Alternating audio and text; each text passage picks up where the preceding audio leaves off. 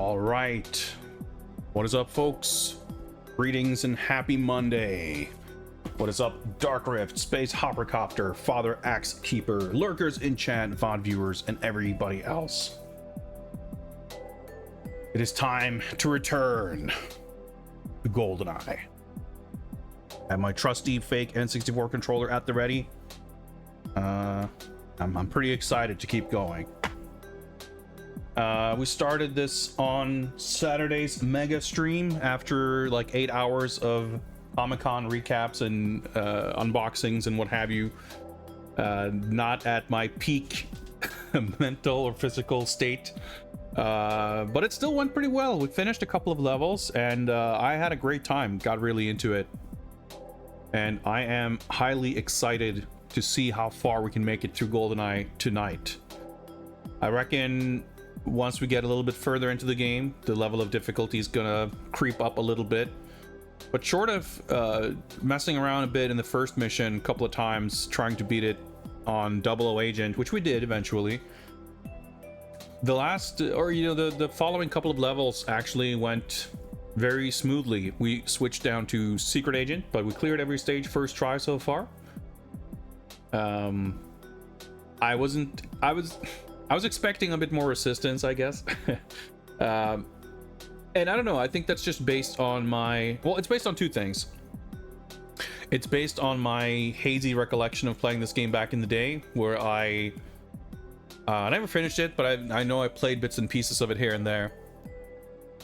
And my main kind of memory of it was that the levels are kind of not maze-like per se, but just the fact they, they're kind of modeled to look like real locations. You have a lot of fairly nondescript hallways and rooms and stuff that are all kind of connected in a way that, for someone with my terrible sense of direction anyway, makes it easy to kind of get lost and not find a lot of landmarks to help navigate the levels. So I remember, my memory of it was that the levels were a little bit more confusing to navigate. And maybe that'll change further in the game, but I was surprised that we made it through a facility without incident. I was expecting that to take 5 tries. First a toi, always strong after 8 hours of stream. I mean, I don't know that I dare say always, but when I'm energized enough by the power of Games Bond, when I'm energized by the power of sick new action figures and the Kong Strong Wild Power energy drink, anything is possible. LCC, Icarus, Itinerant Soldier, Kosaw, welcome everybody, welcome. Jungle's gonna be difficult to navigate. Yeah, I think there's gonna be some levels for sure that are gonna be a little trickier, but even the I forget what the level was called, but the first Severnaya, I guess the last level that we played, when you're outside in the snow, the level's impressively open for an N64 first-person shooter, for sure, but at the same time, it's fairly constricted. You can kind of hug the walls and see most of the level anyway, so it ended up not being a big problem.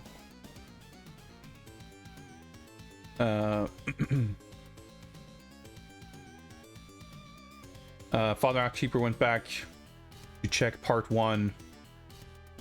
And the reason the Clob was not listed in the manual is that it was listed as the Spider. Yeah, I had the sneaking suspicion that some of the names probably weren't necessarily accurate. I don't know, it might have been that the Spider was something that stuck out to me because I had no memory of a weapon being named that. And I felt like I had a rough recollection of most weapons or their names from playing it as a kid. So I just I didn't necessarily piece together that the Spider was the Clob, but at least I didn't necessarily trust or take at face value that the names listed in the manual was sort of one-to-one with what's actually in the game. But there you go.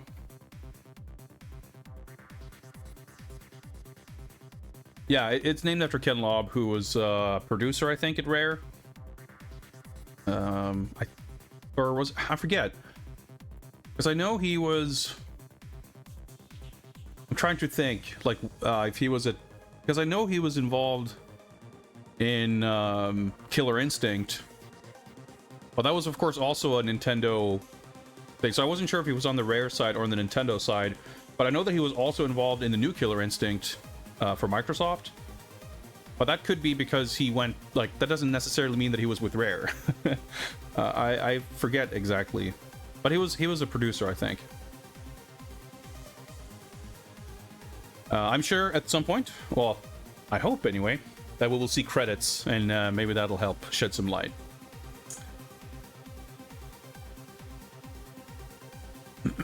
The Reality Cope processor, 19 megahertz, RCP90, indeed. So that's an FN P90, right? In the real life, that's who makes that? I think so.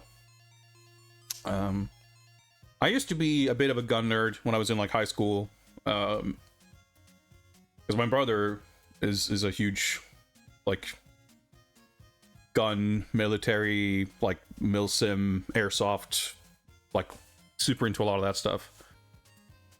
Some of that kind of rubbed off on me, and it was kind of, because we were both into like game development and modding and 3D graphics and stuff, and doing like gun models for first-person shooters and stuff. So you tended to kind of pick up a lot of that stuff a little bit through osmosis, but also due to a general, I shouldn't say general, a genuine personal interest. But some stuff is definitely a bit hazy because I haven't really been into that kind of stuff in a long time.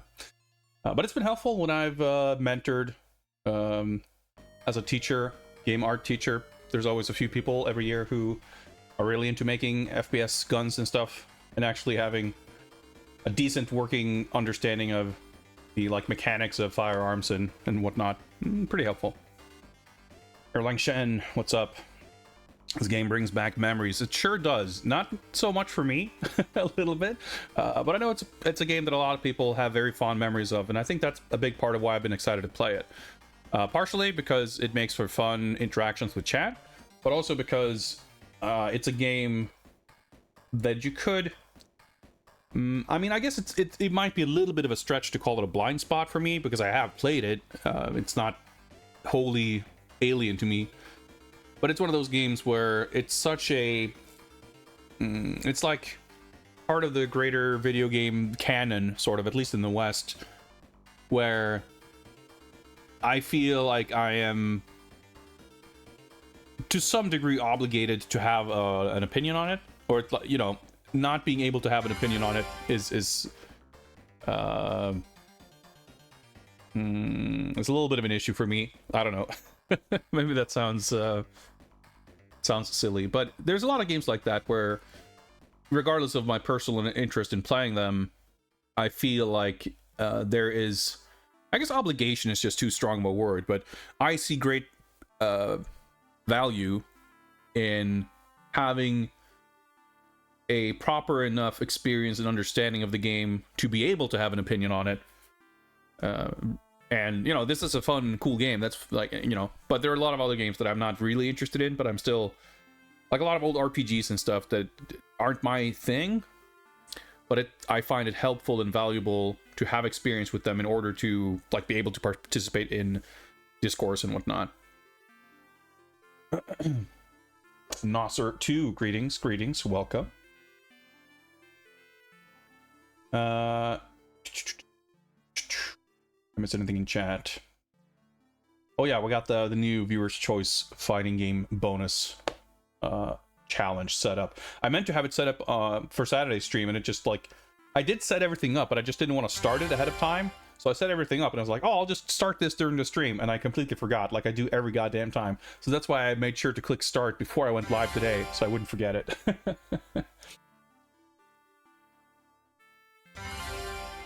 What's up, Goaty _ mandatory engagement suplex? We appreciate that over here. Thank you very much for your beautiful suplex form. Yeah, Father Axekeeper, most of the guns have names that are like sort of close enough in, like, in general terms to the actual guns' names to to sort of make it possible to piece together what it's meant to be, because sometimes visually, guys, we were talking about that, the DD Dostave, the DD44, because it's the Tula Toccata of 33 that it's based on. But looking at it, it's like, I don't know, like, I guess it could be the Toccata, but it's like hard to make out. And yeah, the connect, like the Scorpion to Spider, that makes sense. That makes sense. Yeah, the game, you know, to just recap a little bit for those of you who weren't here for the last stream, I played this game when it was new, but I was and still am a bit of an N64 hater. I was just not a big fan of that console for a lot of reasons. And as far as GoldenEye goes more specifically, I was like deep into online first-person shooters on PC at the time.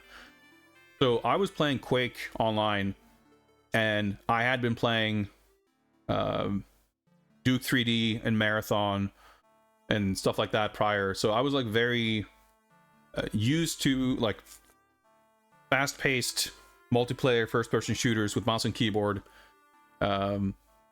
So like playing GoldenEye, I could appreciate the novelty of the mission structure and some details like that, but my main like memory of my impression of the game was that it was really slow and clunky and awkward. Like I'd played Turok on the N64 before then and been like, I remember being really hyped for Turok before it came out, and then I played it and I was like, you know, this isn't that great.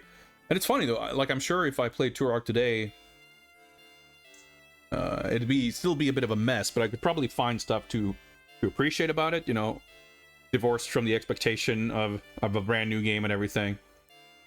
But it's, you know, it doesn't look or control great. I mean, especially again if you're comparing to like Quake on the PC. So especially the whole multiplayer stuff in GoldenEye didn't appeal to me much at all. Like it was just, you know, again, the novelty of being able to do it on console, split screen, everything, that's neat. You know, it was kind of a rare luxury to be able to set up LAN play for something like Quake or whatever. So, you know, I could appreciate it on some level, but I didn't much care for it. And for the longest time, and I think probably to some degree still, I have held much more of a kind of respect and perhaps sort of technical admiration for GoldenEye, for what the game achieved and what it, you know, its ambition and what it actually, you know, tries to do differently from other first-person shooters, more so than like actually enjoying it or being fond of it.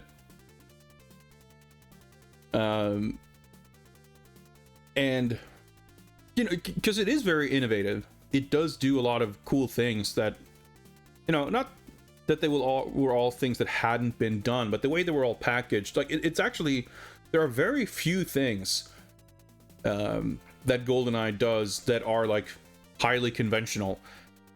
Like very, you know, almost any aspect of it is pretty different from just about any other first-person shooter at the time. And some of it are like pretty smart kind of concessions and simplifying certain controls and operations and what have you. Some of it is just awkward and weird because of limitations of the controller and the hardware and stuff like that. But I think if you look past all of the kind of game designy, structural, as well as technical stuff, you know, performance and whatnot, there are a lot of aesthetic kind of flourishes that I think are pretty cool. You know, someone mentioned the enemy animations, like the fact that you have sort of location based damage and different reactions. I want to say that didn't Mad Dog McCree do that? Where there's like different footage depending on how you shoot guys. And I don't know if there had been other things that might have had similar things like that in other first-person shooters, but it was definitely, I mean, I guess Turok even, you could like shoot dudes in the neck or whatever, and they would stand around holding their hand, and like blood would spurt out, and it would take like 2 minutes for them to fall over, which was very annoying, but it looked cool. But the way it kind of all comes together, the sound and music is like really, really good. The sound design is really cool, and it's interesting because I wouldn't like typically think of sound as a thing that the N64 is like particularly capable in. But yeah, the sound design is great, and a lot of the feel of the weapons is like surprisingly good to me, because a lot of the time, like, weapons in first-person shooters, for them to feel good, for the game to feel good, period, like, you need a degree of responsiveness and performance. But GoldenEye, like, despite running kind of poorly, and despite certain things like the weird little hit spark that indicates that you've hit someone, because like you get a different reaction sort of when you shoot a wall versus you shoot an enemy. It looks weird, but somehow it just feels really good. A lot of that is the sound. But yeah, I'm like impressed playing it now. That like, dude, there's like a lot of games even today like struggle to feel that good. But something about it just like, yeah, it just I can't articulate what it is exactly, but the shooting a gun like just feels really good. And I mean, if you get that down in a first-person shooter, that's like a lot of the heavy lifting already done.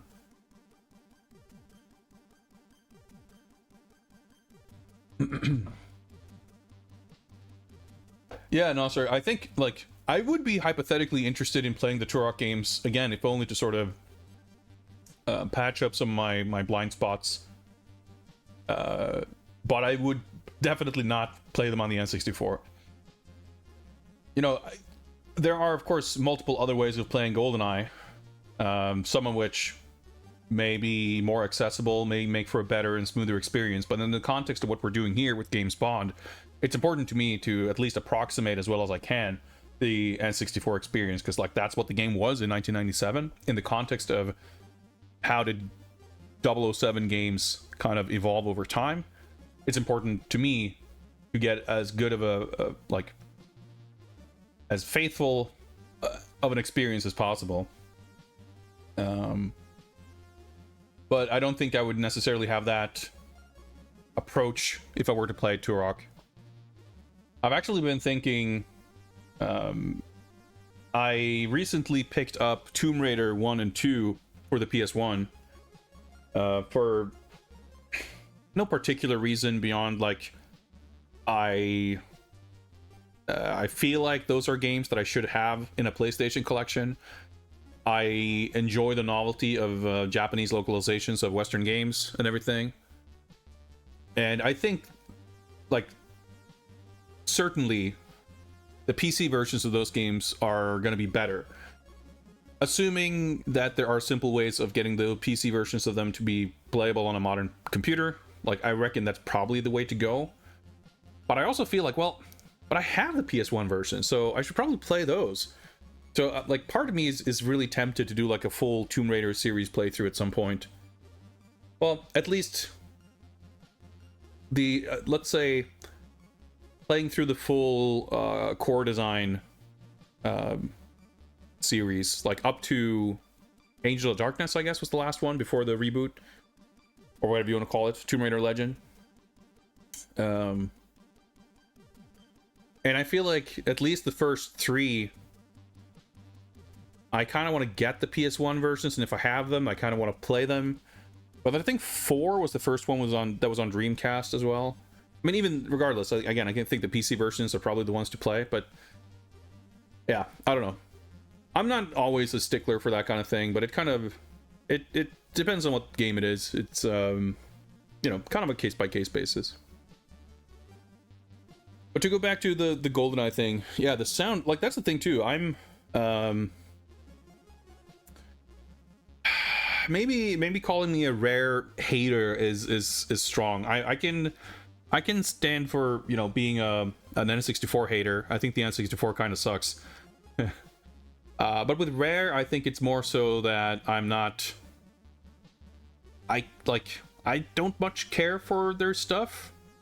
like Killer Instinct, I guess, is the only Rare thing that I'm like just straight up like a big fan of. I really like Killer Instinct. Everything else that I can think of that they're made is either something I have an admiration for from kind of a distance without having a lot of hands-on experience, something I can sort of respect the technical chops on display, or something like that. But as far as like genuinely liking and enjoying them and really, you know, being a fan of them, there's not much I can think of. I mean, I thought Cobra Triangle was sick when I was a kid, but you know, it's pretty impossible. Snake Rattle and Roll was kind of cool.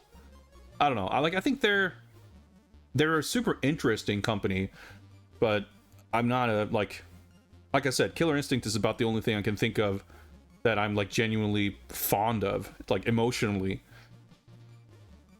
And as part of that, I guess, like I've never felt too in tune, I guess, no pun intended, with everyone's kind of constant praise of the music in their games. Which isn't to say that I don't like it, I just don't have a lot of strong feelings about it.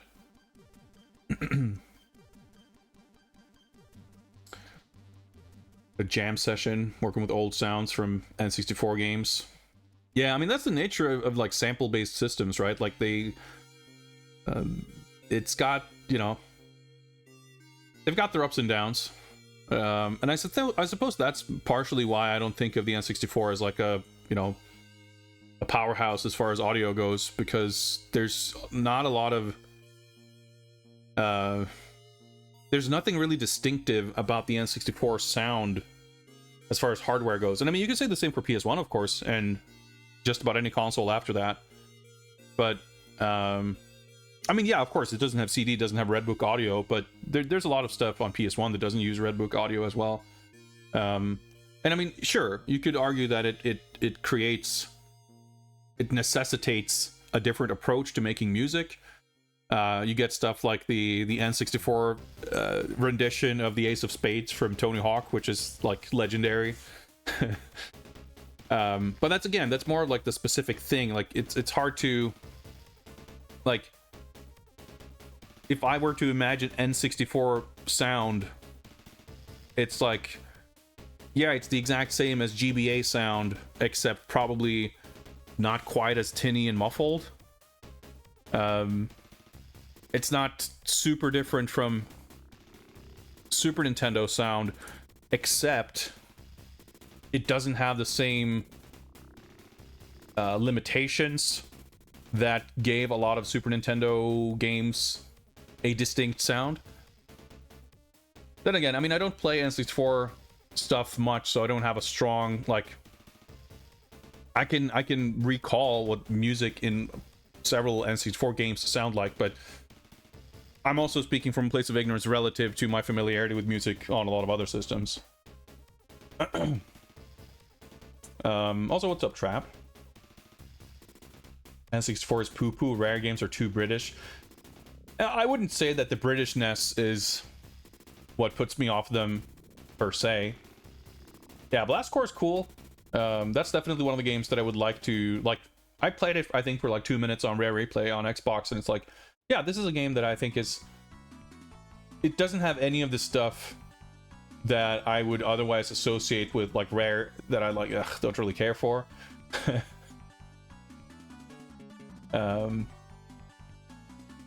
It's like an interesting, weird game. I mean, especially on the N64, and I mean, starting from Donkey Kong Country even, I guess, Rare was mostly doing all this like Nintendo stuff, the mascot kind of stuff, and a lot of that just doesn't, I don't know, it didn't super appeal to me. I think the Donkey Kong Country games are fine from what little I've played of them. There's definitely aspects of them that are highly impressive. I think the art direction and CG stuff is quaint, and I think it's aged well in terms of having a distinct visual identity. Like, you know, looking at something like the Super Mario RPG remake that's coming out, I think it's really cool that it looks so faithful to its original version, which obviously has it's not the same as Donkey Kong Country or other Rare things, but it's, of the same era in the same kind of realm, right? And I think it's kind of the same thing. I think when they've done modern Donkey Kong stuff, like going back even to Jungle Beat, or, I think they maintained some of that charm, some of the character designs and everything. But it's a little different. It's a little modernized and kind of refined, I guess. But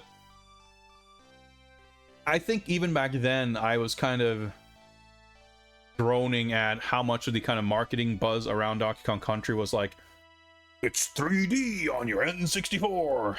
And it's like, well, no, it's not. But it's got ACM graphics. It's advanced computer modeling with silicon graphics visuals. And it's like, yeah, all right, whatever. I mean, they were right to market it because it was, not a lot of developers had the resources and hardware and know-how to make that kind of stuff, and certainly of a lot of people who did attempt that kind of stuff, few people did it with as much finesse as Rare did. So I don't think it was like, it makes sense that they would emphasize it and everything.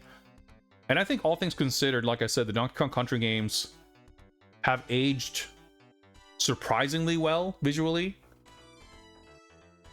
But I think the N64 stuff, as far as Rare goes, like, I would much rather play the Super Nintendo stuff than their N64 stuff.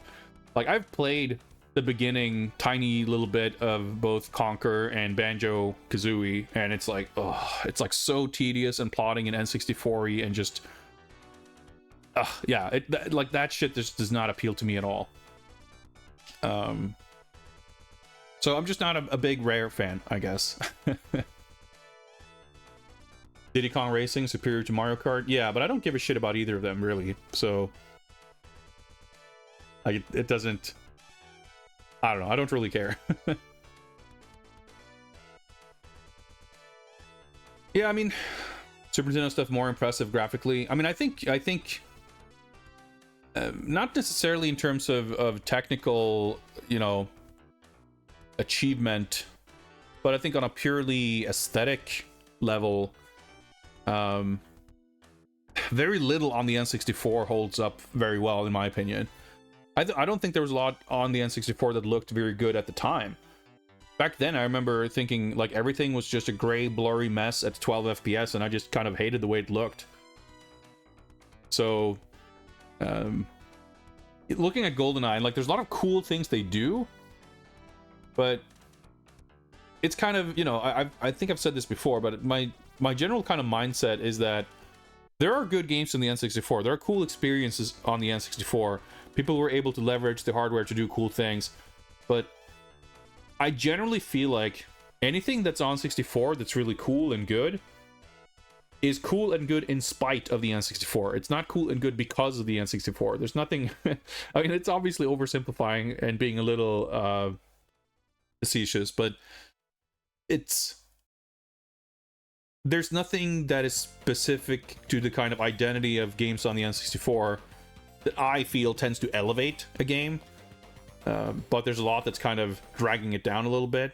Whereas most systems that I like, I guess that's kind of the definition of liking a system, where there's like something about what the system does that either elevates a game or at the very least facilitates the game, like to be in a certain way, to look a certain way, to sound a certain way, to handle a certain way.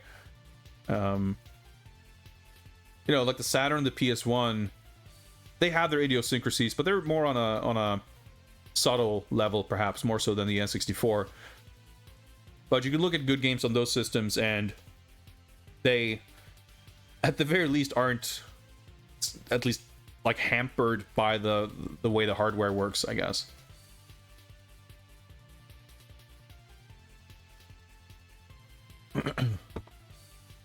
Mostly true. The N64 is really the same exact paradigms that 3D gaming has had ever since. It's just the same as today, but worse. Whereas PS1 and Saturn are very distinct by their design.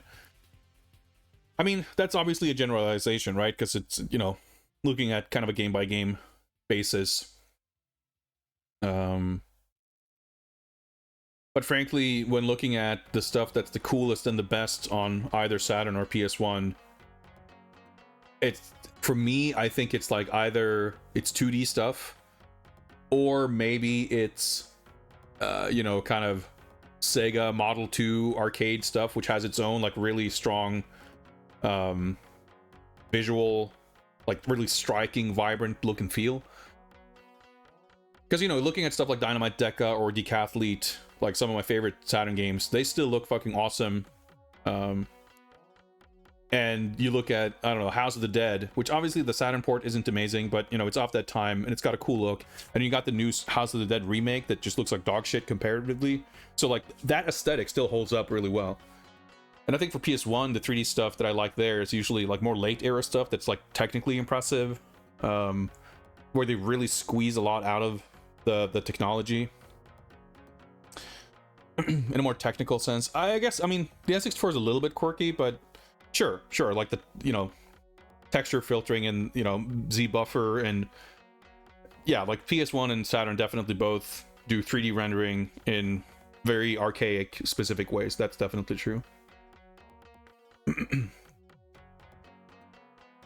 What's up, Gundam? Hardware wise, there's nothing that the N64 does or is known for that is positive. Yeah, I think that's that's pretty much in line with what I'm thinking. Mario 64 and Ocarina of Time still turning points for gaming. Yeah, it's interesting. Those are definitely like perfect examples of what I was talking about before about games that I kind of like. Ocarina of Time especially is a game that I feel so uninterested in, but it's a glaring gap in my knowledge and experience. I have played it. I've tried playing Ocarina of Time like 2 or 3 times, and I got so bored by it and like so put off by the visuals and the frame rate and how it controls and everything that I just like... I definitely never got as far as becoming Adult Link. I don't know how far I played. I probably finished maybe 1 dungeon. I was like, man, this is just dog shit. I can't put up with this. But that's obviously not the experience that most people seem to have had with that game. So I would like to have... it's a game I would feel like... I just feel like I'm missing out by not being able to have an opinion on it, I guess. Mario 64, I have a greater appreciation of, but I don't really like that game that much personally either. I think it was really watching speedruns of that game like a decade ago that really opened my eyes up to the depth of kind of how it works and what you can do in it that made me really fascinated. The thing with Mario 64 is that anytime I play that, I would usually play basically, I guess, up to the point like after the first Bowser, you start getting like, you go upstairs and it's just like repeated, like you have the same, like at the beginning of the game there's like 5 or 6 different levels, they're all completely different, and then you go upstairs and it's like, oh, it's the same levels again, there's another snow level and there's another one of these, and then I lose interest basically. But you know, I can have a lot of respect for that game, of course, because it's a lot of stuff. It's a little bit like Street Fighter 2 or Super Mario Brothers for that matter, where placing it in a chronological context, it's shocking how much it kind of got right, even though you can look at it and say there's a lot of things that other games iterated on and improved on in the, you know, subsequent years.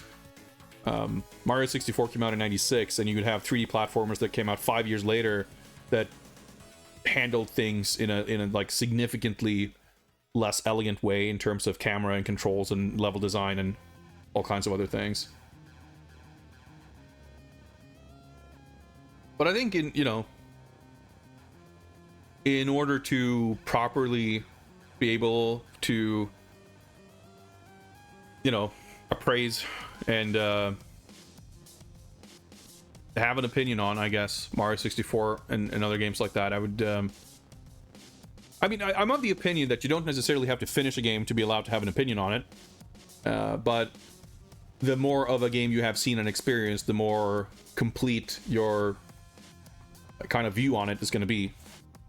So I would like to flesh out my capability for opinions on games like Mario 64 by playing them a bit more. But, you know, I got all that shit back there to take care of. So this is not me saying N64 is going on my to play list. I feel like Ocarina of Time is a game that inspired games you loved, but by the time you got to it, you played everything that it's inspired. Yeah, I mean, that's a kind of a typical thing, right? You going to the like the you know, the original work, whether it's comics, novels, films, games, whatever. You go to the thing, you know, it's kind of like something like Dune, I guess. I'm trying to remember. There was something else I was thinking of not super long ago, but it's like such a formative work that having inspired so many other things that even if you're not even super knowledgeable or into those other things, like having just taking them in kind of through cultural osmosis to some degree, that by the time you experience the original work, it almost feels derivative because it, like, you're already familiar with the broad strokes of what it kind of brought to the genre or to the medium. The thing with Ocarina of Time is, I think I'm saying this obviously not from a place of a lot of actual hands-on experience, but from my kind of impression, I feel like Ocarina of Time is influential and kind of formative, but not in a good way, because it's sort of both for arguably the Zelda series, but also kind of big games in general. I feel like a game like that is sort of not necessarily the kind of, you know, fulcrum or turning point or whatever, but I feel like there's a lot of things that I don't care for in modern big games that you could potentially trace back to a game like Ocarina of Time, which means that, like, oh, this modern, refined, evolved thing that I don't like, well, here's a more primitive version of that. Now, of course, it's very possible that in being a more primitive version, it could still have a foot in a previous paradigm of game design that I perhaps enjoy more. But I don't know. I feel like looking at Zelda, I really liked the Game Boy, well, which in my day was called Zelda 4, Link's Awakening. And I have that game. I bought it on Game Boy, I don't know, a few years ago.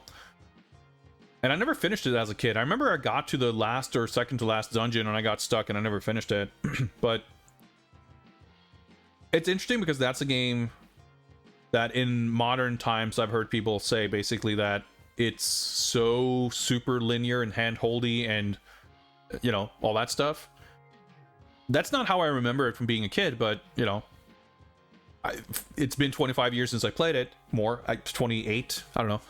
But also, it is, even though it might be beating you over the head about where to go and what to do, it is still like kind of pushing you along. So the things you retain, your memories of it, aren't necessarily the, you know, I remember the owl, but I don't really remember the owl telling me exactly this or how it shows up or whatever. I don't know. So I don't doubt that that's the case, but I still remember liking that game a lot and having no interest in Ocarina of Time and just feeling like, I don't know, I guess kind of after that point I just sort of, well, I'm not interested in the Zelda series anymore. I wasn't ever a huge fan, I guess, but I thought the like, up until that point I had thought the Zelda games were cool, and somewhere in between Ocarina or Link's Awakening and Ocarina of Time, I just fell out of interest with the Zelda series.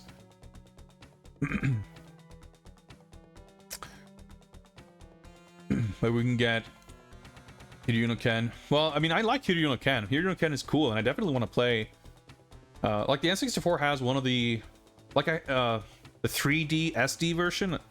I think there's, yeah. So like, fighting games on the N64 is a fascinating topic in general. So I mean, there's certainly things I enjoy, but yeah, that's not me making an N64 list of games to play for sure.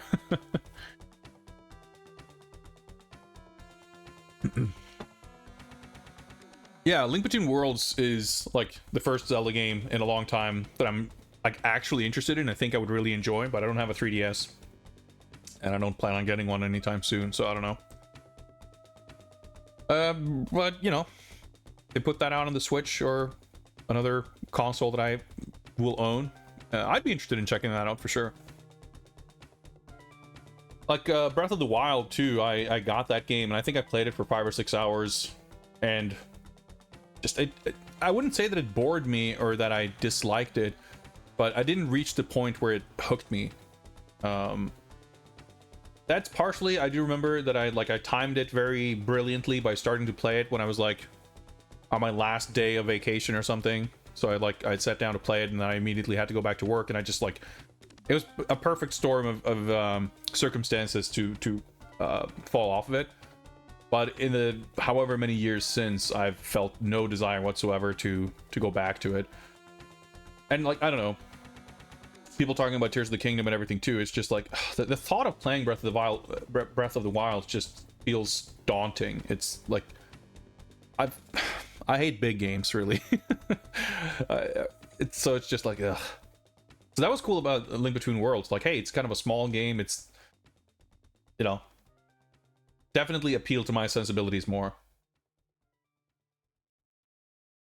As far as Majora's Mask, I find that game interesting. Obviously, you know, Dead Rising being one of my favorite games ever, Prince of Persia being one of my favorite games ever. Like, I have a fondness of games that use time as a resource and as a mechanic in interesting ways. I reckon that there's far more, like, I think Majora's Mask is probably a lot more interesting to me. I think Ocarina of Time, my general impression of it, like just from a distance, like completely oblivious to its actual details, I think of it as like just a kind of a bland, generic experience. Whereas Majora's Mask is like weird enough to be really off-putting to some players, and that instantly makes me more interested. It's like looking at Metacritic scores for old games. If it's like an 87, then I'm like, I don't know about this. But if it's like a 56, like holy oh, this is going to be interesting. Like, ooh, let's dig into this. And it's not necessarily that I think like bad games are more interesting, but I think, I mean, especially a divisive game, like a game that makes an effort to be something specific and do something specific, like having ambitions beyond being as inoffensive and unobtrusive as possible, is inevitably, in my opinion, going to be something more interesting. And even if it doesn't appeal to me personally, like, I don't know, looking at all the kind of big games that come out nowadays, like you look at the top reviewed games, it's not that I always dislike popular games or games that review well. I thought like a lot of the recent Resident Evils that I've played, at least, you know, the remakes and stuff, are excellent. The RE4 remake, which I still kind of want to get back to, I finished like half of it. Excellent game. Really, really good. I mean, the original RE4 for that matter, I thought was really sick when it came out too. But especially like big open world type stuff. Stuff that's just like putting endless money into being huge and being like, I don't know, trying to be everything to everyone, but at the same time not having anything interesting to say. I just can't. Like, I don't know, hearing people talk about like open world fatigue as if it's a thing that people are suddenly or gradually beginning to experience now, and I feel like I've felt open world fatigue since at least like 2009. Like, it was, I mean, even like the GTA 3 and Vice City, like I thought those games were cool, but within weeks I just like, ugh, nah, whatever. I couldn't really care about them. The prospect of this kind of open world thing being inherently appealing, the idea that non-linearity is somehow inherently superior to linearity, it's that I just despise that like line of thinking. Like, I just utterly disagree. I think there's room for stuff to have a more open-ended structure, but I think there's a tremendous value in a directed experience where an author can design and control pacing and flow and all that stuff that you just like inherently can't in an open-ended game. And that's probably why, for example, like the Zelda stuff, I mean, not with the exception of the most two recent games, like, yeah, I don't think Zelda is particularly known for being open-ended, but like these like big adventures and stuff, like, I don't know. I mean, I guess stuff that sort of purports to be open and vast but still are kind of controlled, it's almost like a little bit of the worst of two worlds. I don't know. Never been a fan of open world games. The ones you like in spite of open world and not because of it. I kind of feel the same way. I remember really enjoying Metal Gear Solid 5 and being really impressed that I felt that there's so many mechanics that intertwine in interesting ways that genuinely feel like they make good use of the open structure of it. Whereas a lot of other open world games are just kind of, you have little pockets of gameplay that aren't particularly interesting by themselves, and they're just like strewn out in this big pattern, just vomited out over this big map, which like doesn't much add anything. And yeah, I really liked the first Spider-Man game. It's the only one I've played of the new ones, but I kind of agree, like it wasn't like, it's very specific, of course, that part of the Spider-Man power fantasy is to traverse and swing and fly around, which you don't necessarily need an open, like, non-linear structure to do that, but you certainly need an open space to do it very well. So that at least, like, sort of figures into that, but at the same time, like, yeah, I think it was more about, like, very careful pacing and drip feed of new content, like mission types being like introduced at a very careful and specific pace that I thought was really well done. And also just like getting to be Spider-Man, like that's that's not to you know, it's not downplay the value of that.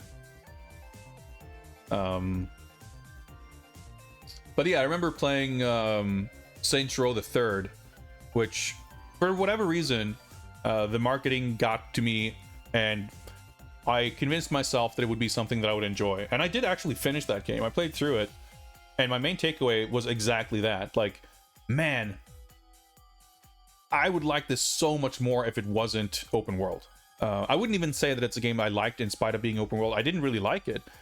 The thing is, like, when you go into certain story missions and it's like really authored and directed, and characters have dialogue, and there's like narrative happening intertwined with the gameplay, you essentially you start a mission trigger, and then like it's a completely directed linear sequence until the end of that mission. Like, those bits were great, and the rest of the game was super fucking boring. And it's like, dude, man, I just wish it was all that. Like, why waste time with these other 90% of the game that's this bland, open, empty, repetitive shit that's so boring, when these like character-driven story bits that have humor that was genuinely funny at times, and you know, that was great. And I would have loved playing a game that was just that. Like, trim all the other fat, but it's you know, never gonna happen. Yeah, GTA, I was just like, oh boy. GTA 4 I begrudgingly finished, and it's the only GTA I've actually finished. I begrudgingly finished it because at the time I had brain worms, and I guess I was also unemployed, and I cared about achievements. So I finished it. But for about the second half of the game, I literally skipped every cutscene. I didn't watch any of the cutscenes, but I because I could not give a shit about any of the characters or the story. Like, it was so like uninteresting, and I didn't particularly care for how it played either. It was just like, oh, let me just get through this. And I remember specifically, I played almost back-to-back GTA 4 and Metal Gear Solid 2. I don't remember specifically what compelled me to play it, but I remember playing through MGS2 on PC around the same time. And I guess it must have been because MGS4 was coming out, and I think MGS4 is like kind of a sequel to 2. So it was probably that I wanted to play MGS2 first, because I had never really played it. I had never finished 3, but I was more familiar with it than 2. So I was like, yeah, let's play MGS2.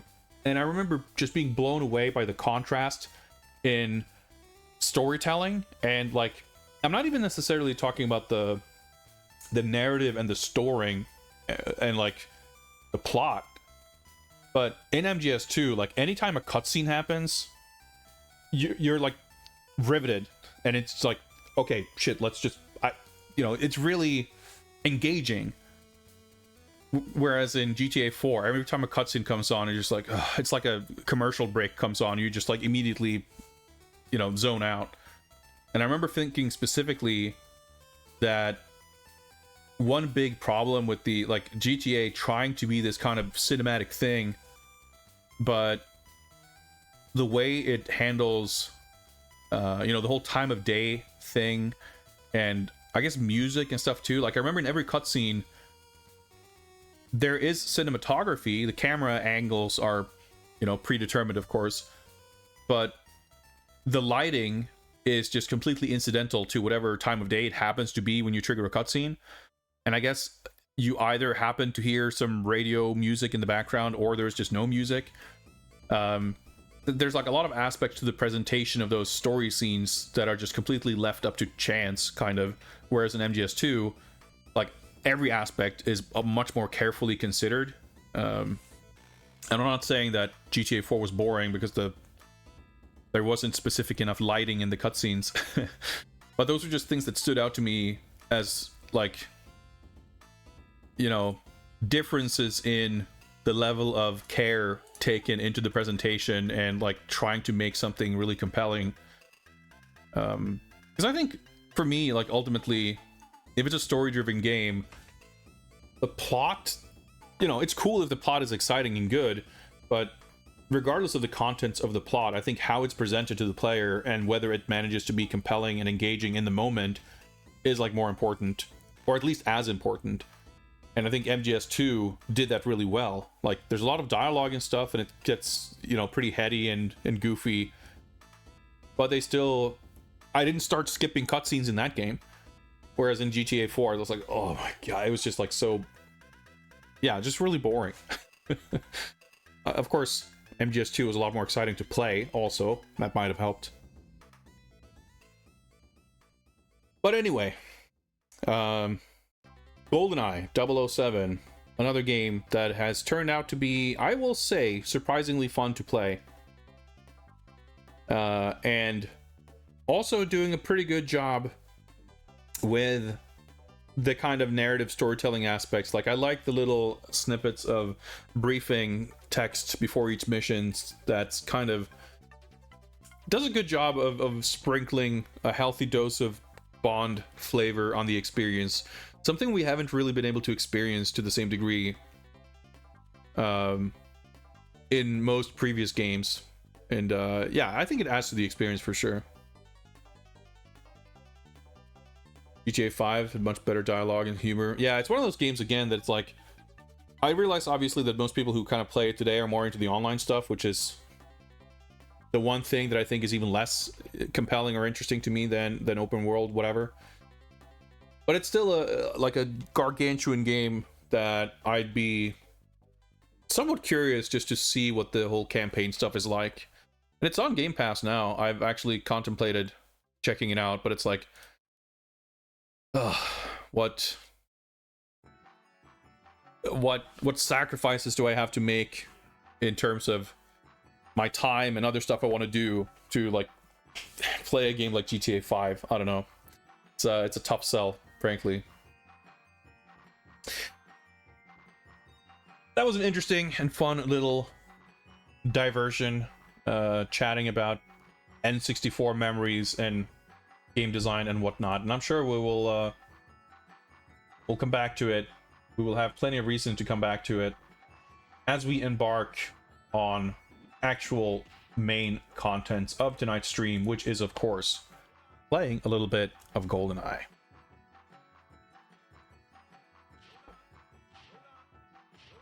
We are returning to mission number 17 of James Bond, GoldenEye 007 for the N64. I don't think this game needs a lot of introduction, so we might dive right into it. Pew pew time for sure. It's a lot of guns are very pew pewy, aren't they? Or maybe it's just you have a lot of ricochet sounds. But, or maybe it's just because you default to the suppressed PPK that has a very pew-pewy kind of sound, but a very apt onomatopoeia. Actually, what we should do, before we jump into it, is we should check in here and note that we have set up a new goal for the Q Branch Research Funding Initiative,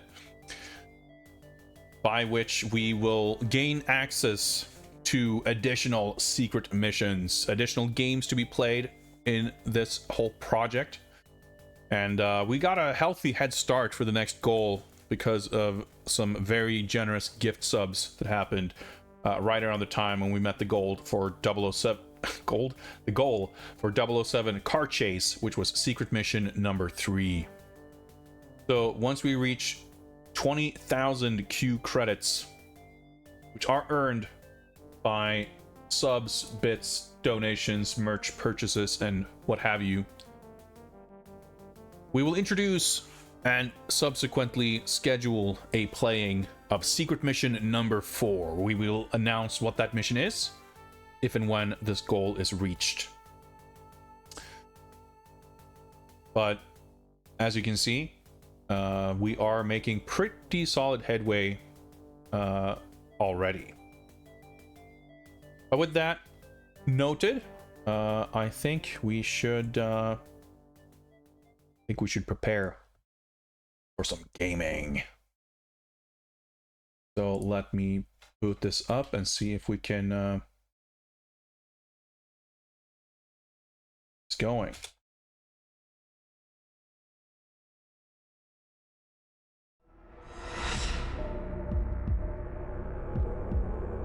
This audio is pretty good.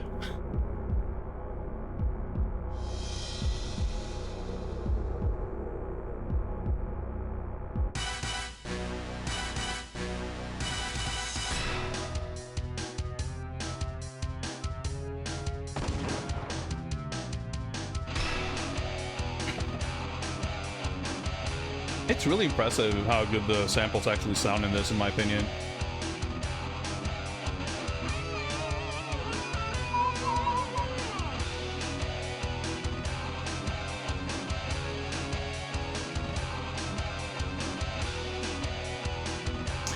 Yeah, it's kind of cool too that some of the music is basically taken right out of the movie, but most of it isn't. Unspeakable horror awaits you. Father Axekeeper gifted a tier 1 sub to Pierce Brosnan's chest bush. Congrats and welcome to the Skull Club. Powerful usernames. Like, this music, like, what even is this? Like a cyber spy funk. Pretty sick. But yeah, it's cool that, like, because we watched the movie recently, right? And I was a little bit surprised about the score. The music was so much less kind of present than I expected. Because a lot of other Bond films have a very bombastic score that's very front and center. And I wouldn't say that I'm a big movie score nerd, but I did bother learning the name of John Barry, who did score a bunch of previous Bond films. And I remember really liking, to the point of seeking out and listening to music from some other Bond movies.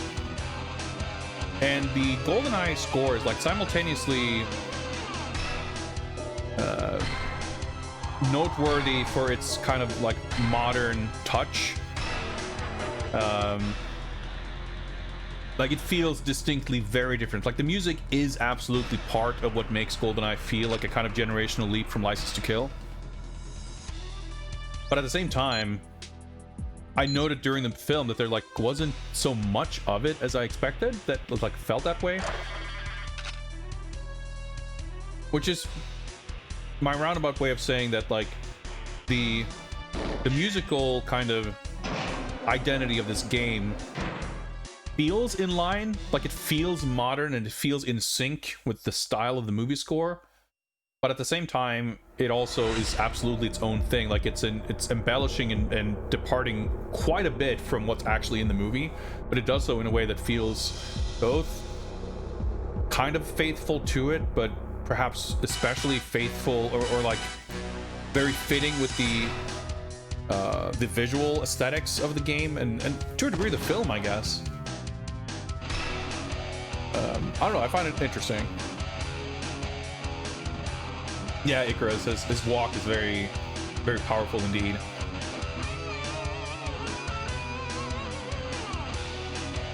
Yeah, like the music is definitely very subdued compared to the like more bombastic John Barry scores. There's not a lot of like big sweeping overtures as we're like seeing these like helicopter establishing shots of different exotic locations. Like there's not much of that. And some of it was kind of speed running here. Okay, kind of cool though. We kind of get to see. Oh, I guess you can just do that, huh? To learn some strats. But anyway, let's actually get to some gaming, shall we? I would say hopefully my save file is here. Okay, good. I just saw it said like mission 1-1. I was like, but yeah, we cleared surface and we made it our way to bunker. So we're still, as far as the movie plot goes, like the dam and facility levels, that's like the pre-credits opening scene. And, well, a runway actually. These first three is like the opening scene of the film. And we're now in something that is kind of halfway. The timeline is like, this is like a 9 years ago flashback. And I think this was like 4 years later or something. It's an event that's not in the film. But they're kind of, it's sort of playing out a little bit different. Basically, I guess, an excuse or contrivance or whatever you want to call it to have Bond present during the events, or at the least location of this whole GoldenEye satellite station or whatever. Let's resume the timer and let's go. Mission 2, Severnaya, Part 2, Bunker. Let's continue on Secret Agent. Primary objectives: disrupt all surveillance equipment, copy GoldenEye key and leave original, photograph main video screen. Alright, so we gotta learn and figure out what some of these objectives mean specifically. Hopefully M and Q are going to help out a little bit. Background: a spy satellite has detected increased levels of activity at an old observatory complex near Severnaya in Russia. Other sources have confirmed the shipment of a large amount of computer hardware to that location and an influx of skilled personnel. Yeah, that's the same backstory, I guess, for the previous level. 007, I want you to infiltrate this base and find out what the devil's going on there. The satellite photographs reveal that there has been recent underground excavation. We'd like to know the exact nature and planned extent of the workings. By the way, this is a covert operation. You may have to neutralize the security, But try not to be too obvious about it. Okay, I wonder if that's a hint that this is a stage that's gonna have like infinitely respawning enemies or some shit. Q branch. You'll be doing some computer hacking on this mission, 007. Oh, I love doing some computer hacking. I know you'd rather be cracking open a bottle of bubbly than cracking passwords, so I've taken the liberty of putting together a little gadget which will do the hard work for you.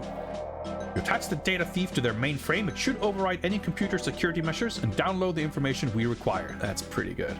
Pretty good. Alright, so...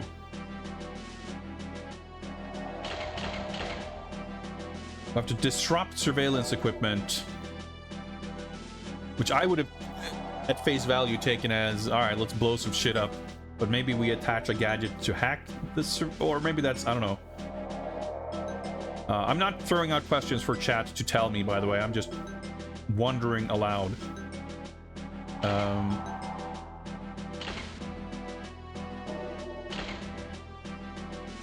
But we'll be doing some computer hacking. So, I'll attach the data thief. Alright, find... override computer security measures and download the information. Okay, so...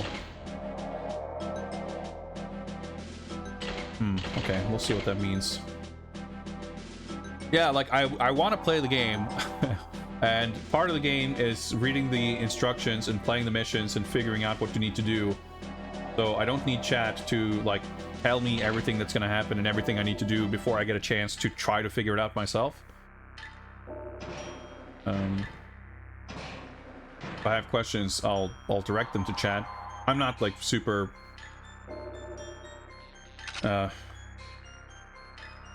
you know, strict about it, but it can get a little annoying when I'm like, the game is presenting some information and like before I even have time to parse it, people in chat just like give me the entire game FAQs walkthrough. Like that's always like that's something you get when you play a popular game. Like I understand people being very excited about people playing a game they like, so I understand it. Data thief, all right. But all I ask is a little bit of patience. All right. I just wanted to check the kind of gadgets. Let's see if I like remember the controls here. Oh, hello.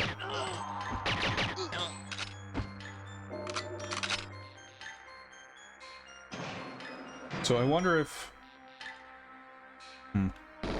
Oh boy, okay. Nice. I just took like 90% health because he exploded that thing for me. Well, I guess this one is exploded too. Great start. Okay, so let me just check. Oh, I guess this just opens too, or it is open.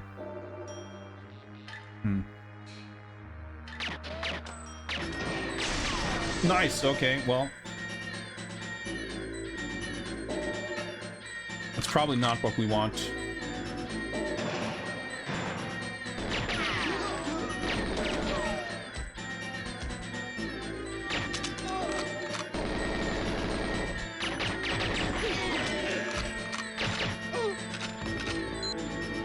So I don't know how the alarm stuff kind of works at all, but we'll probably...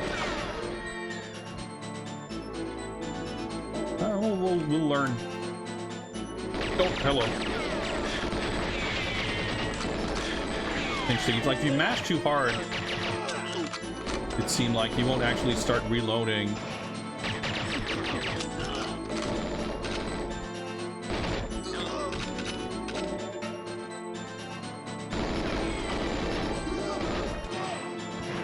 Well, the alarm stopped, but the enemies didn't. All right. So I guess what probably happened, I'm assuming, is that the camera saw me. And that's what triggered the alarm. I'm playing on Secret Agent.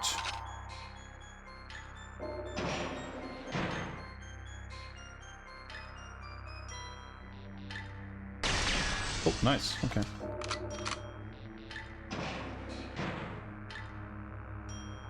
So I wonder if I mean, I'm assuming the cameras do something. So...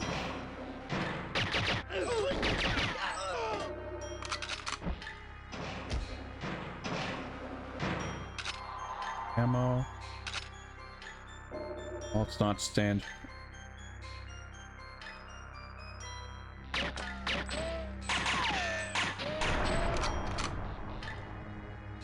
There was like in Dam, there's this one little alarm bell that you can shoot.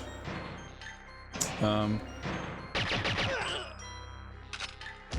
some dude is like running towards, so I'm assuming that they can trigger the alarm. The only thing I can say that I feel like I learned from the previous attempt... Oh shit, there's a camera right there.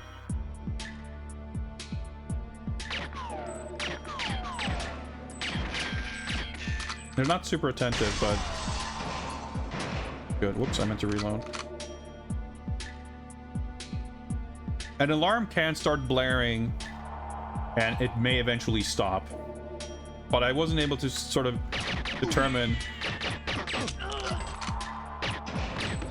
whether that meant we got back to a kind of neutral state or not. That guy dropped something that wasn't a gun.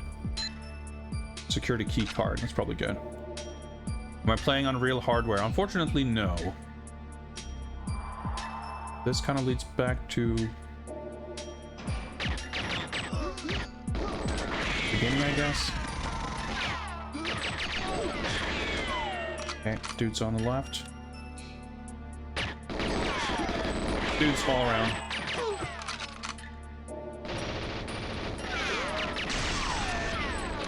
Armor, nice.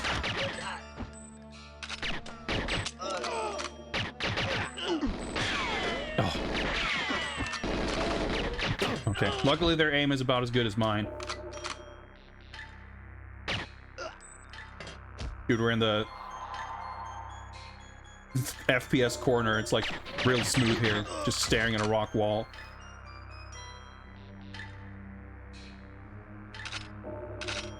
Alright, probably gonna have to start using this. Yeah, they finish rolling and then they like jump into the air when they die. It's pretty good. Yeah, I was trying my best, Franken, to get it set up to approximate proper N64 visuals and performance, which was kind of tricky. Because by default... oh, okay, that's this room. You tend to kind of get, like, full, like, high resolution, high frame rate, whatever, like, filtering, etc., etc., which is not what I wanted. Okay, so that's this room, okay. But I was able to get something...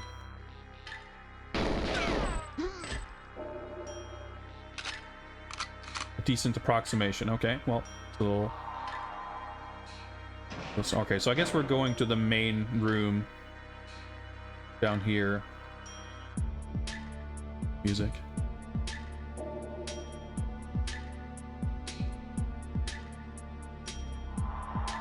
And there's a camera there, but there's a big pane of glass.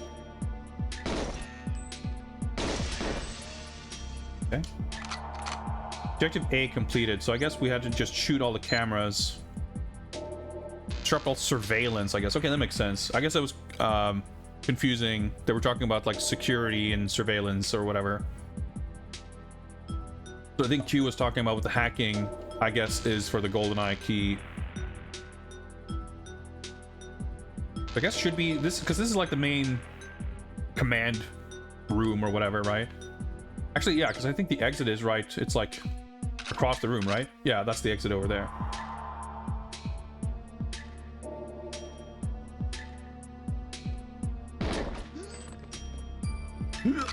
Like satisfying sound. All right, so that is that the main screen that I have to photograph? I think so, probably.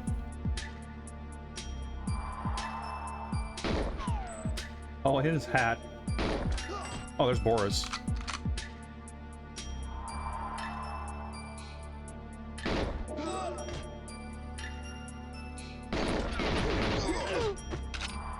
Nice, okay. Oh, I had a PP7. More silenced ammo, but I think we're okay. So I guess the dudes in black, the like SWAT guys or whatever, they only show up when the alarm. Oh, I picked up the GoldenEye key. Do I hack this thing? Okay, and do I need to... I guess we can photograph this. Yeah, the aiming sure takes some getting used to. Oh, I picked up a standard... Right, I see. Oh, I picked up a scorpion somewhere. Oh, right, so we gotta... Guess I use this.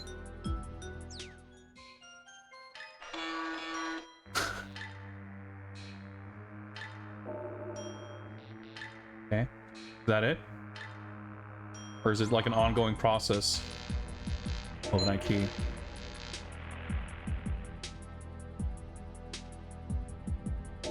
Do I hold on to this or do I... Okay, what did the...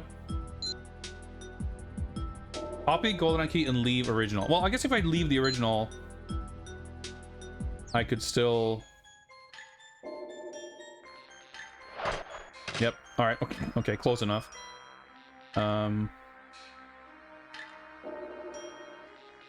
Guess I can try. Wait, hang on. What's the data thief for? Wait, there was a locked door back there. I guess the data thief thing is probably only on 00 agent. So I guess it probably doesn't matter. Because maybe it's... Because there was that one locked door, right? Maybe I... Oh, but wait, I got a key card, but I guess it wasn't for that... I mean, I guess it's not really gonna matter. Game can definitely be a little confusing. Oh, shit. Back up. There we go. Well, I'm not gonna fuck with this guy and jeopardize the mission. Well, actually, assuming I can even get out. Let's just double check the objective list. Was someone shooting at me? Yep. Alright, well, let's get the fuck out of here. Oh, shit. I guess the alarm things aren't necessary for the... Right, it was all about surveillance. Nice little jog.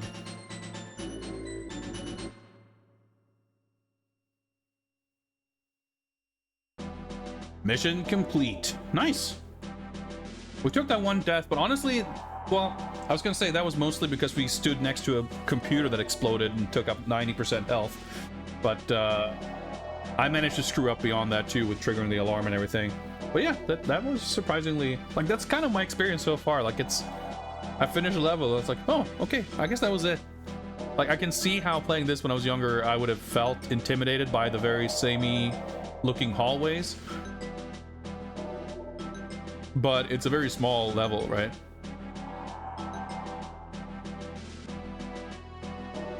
All right. Okay. 6 minutes, all right. No time target, I guess, on this one? Or do they only show that at the beginning, maybe? Explosive computers, yeah. Yeah, we played the first level on 00 Agent just for kind of a baseline feel for what that might entail. And it's kind of weird because the first mission is...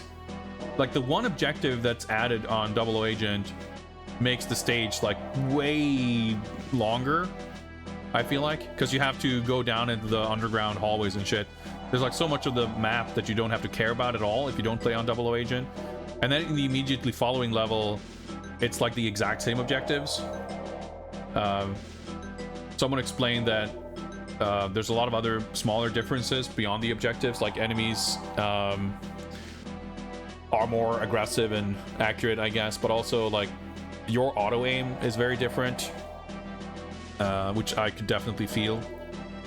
There's also less body armor and stuff, which would make a huge difference. Like, you take more damage for sure. Like, you noticed on 00 Agent, the first level, like, just random dudes from 5 miles away just shoot you once and you just take 1 pip of your health bar. It's like, yeah, you have 5 or 6 hits or whatever it is.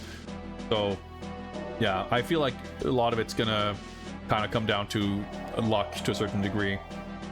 And then I'm sure some missions are, again, more like that first one where the additional shit you have to do is going to make a big difference.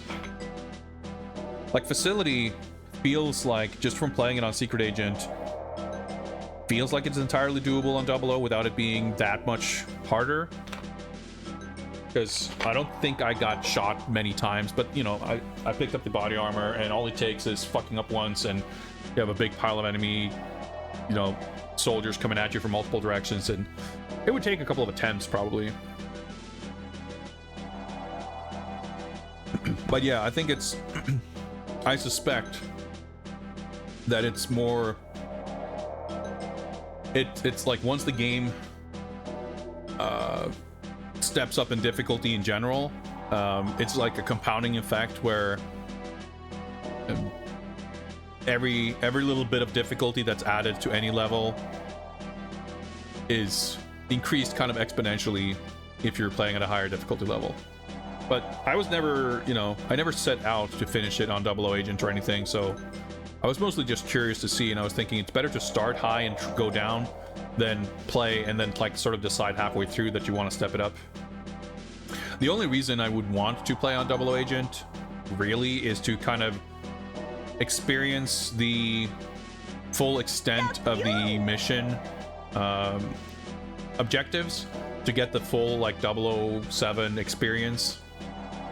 But I don't feel like the game, like the way the game is designed, you're very much encouraged to play at a lower difficulty and then go back and like redo things, and I think learning the stages, like this level, if I was playing on 00 Agent, I would have had a much harder time learning and understanding what any of the objectives were, because a lot of the time, frankly, you don't really understand what the objective is confidently until you've completed it. And needless to say, any objective is going to be more difficult to complete when the enemies are more aggressive and your aim is worse, etc., etc. So at least getting familiar with what the objectives are, like, is going to make such a huge difference in preparing you for the action, like what playing on 00 Agent is going to be like. As for the games, what's up? Thanks for the follow and welcome. Yeah, like you don't have to be playing on the top difficulty to feel like you're playing the game. And I mean, I have no like, it's not a prestige thing for me to finish it at a higher difficulty. It's not even a prestige thing that's important to finish it, period. Or like any game in this project. My purpose isn't to beat a bunch of games. My purpose is to like explore and see what Bond games have been like throughout history. And in doing so, obviously I'm gonna get a more thorough look at things if I can see the entirety of each game. But, you know, that's only attainable up to a point, because if it's literally too hard or too time consuming, I feel like it's in the interest of the project to move on rather than get stuck forever trying to perfect something for the sake of doing it. And yeah, there's additional extra stuff at the end, but I consider that complete like bonus stuff. Like I'm happy to say that I've beaten the game if we beat the final level and we defeat the villains and get the credits or whatever. I would be interested in seeing, like, because I think so much of the novelty and value of this game is the mission stuff that they sort of, you know, that's the kind of the innovative stuff that's interesting about this game. For this mission that we just played, like there are the kind of lingering questions of like, I feel like there's something we missed. You know, we got gadgets that Q was talking about, we didn't even get to use them. Should I have interacted with Boris? Does he get me clearance to that other room? That seems like it could be the case, right? And I would be interested in seeing that, and I'm sure, like, obviously you still can do that in 00 or Secret Agent. You just don't really... The feedback on whether you did what you were supposed to do is going to be a little unclear. I guess, you know, what I would have liked to have seen is having all the objectives always be there, but have them be flagged as optional on lower difficulty levels. I think that would make more sense. Or, I mean, I can see the value of just like ripping it all out, because it makes it easier to just see like, all right, these are the 3 things I have to do. But when the briefings are so kind of vague in general, it gets a little confusing when you see some instructions and you see, you know, a list of objectives that don't seem to quite align with what the briefing instructions were. You have to kind of piece it together, and then you get gadgets, and it's not super clear on when each of them are supposed to be used. Like, I'm okay with that being part of the challenge of the game, like trying to figure those things out. And so far, that's not exactly something we've gotten stuck on. It's just a little bit like, especially when you're under the threat of fire, you know, gunfire from all directions. It's like, that'd be nice if I actually knew what I had to do, but it's okay. But, you know, if you had the full list of objectives, you could at least, I think, a little more easily match like the Q and M instructions to each individual point on the list, and you would have an easier time like playing through the level and kind of make sure that you're seeing all the cool spy shit that you can do in each level, regardless of whether it's actually mandatory or not. Thanks for the hydration reminder. I can use it.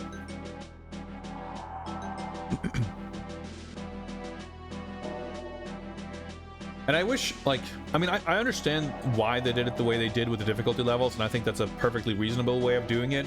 But I kind of wish that now we've cleared this stage on Secret Agent, I wish I could now do it on 00, but I can't do it. Like, we have to go back. You know, you can only play... If you finish a level on one difficulty, you unlock the next level on that difficulty. And because we only finished this on Secret Agent, or, yeah, that's the only difficult, like, or, well, not the only, but the highest difficulty we have. It would have been cool to immediately be able to replay this one on, like, the next difficulty level. Yeah, clearly, because that's something I was curious about before, whether the briefing changes based on difficulty level, but clearly that's not the case. This is the first time we've seen, because we were playing DAM on 00, so of course it explains everything there. And I think for these, like, these three missions didn't seem to have anything described in them that didn't happen in the mission, I don't think. But this one definitely did. Anyway, we made it to the second row of missions. Mission 3, Kyrgyzstan. Part 1, launch silo number 4. All right, so I wonder if we're caught back up. Are we in the present day finally? The mission 1 was 9 years ago. Mission 2 was 4 years ago. Mission 3 is it now? Photograph satellite, obtain telemetric data, retrieve satellite circuitry, minimize scientist casualties. I always feel like I kind of wish I got the briefing before I got this, because I always have to read the briefing and then go back to this because, like, I need some context to what any of this means.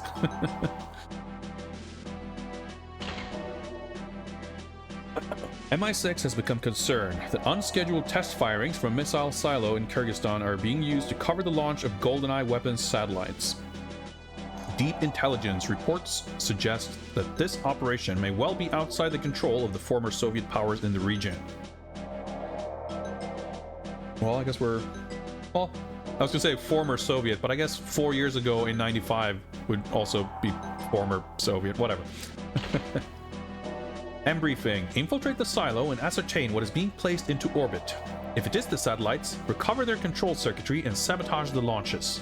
You are authorized to destroy the base if necessary. This is a matter of international security, 007. Consider the military personnel expendable. Alright. Q branch. The layout of the missile silo means that a few carefully placed explosive charges will destroy the entire complex. Concentrate on the fuel rooms, H4, C3, K2, and A1. 007, remember to treat the timed explosives with respect, but you know what happened to 004 in Beirut. Oh, and get me a picture of the satellite. There's a good chap. You leave at 1800 hours for Bishkek. James, just imagine those romantic nights in the steppes. Lying beneath the stars, the campfires twinkling on the hills. Sounds like heaven. When you're in the arms of some dusky maiden, spare a thought for poor old me cooped up behind a desk in rainy London. Alright, so, right. Now we got sidetracked by that, but it's a cool touch. I love the little money penny thing. Like, that's not something we've really gotten to see in any other games.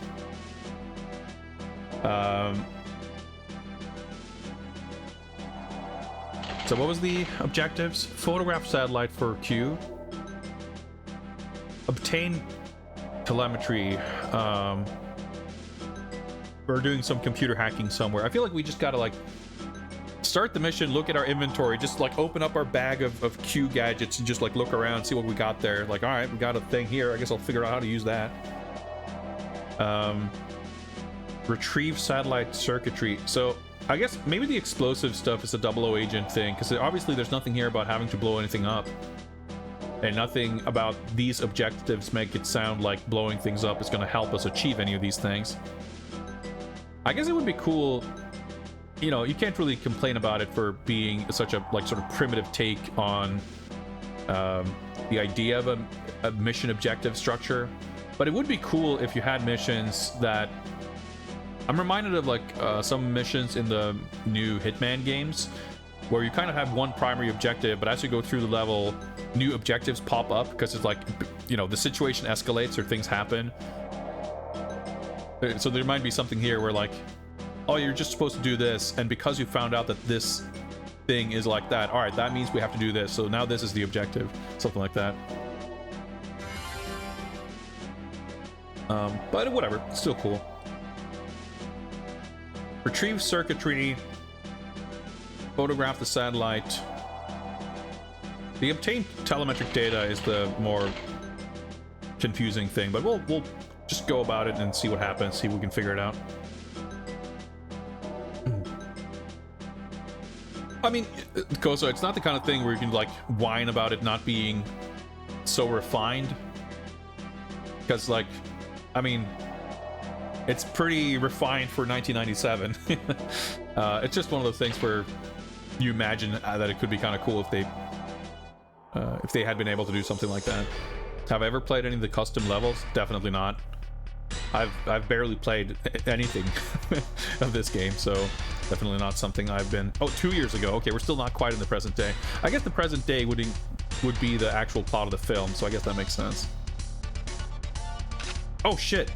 Explosive... Oh, okay. Well, that explains that.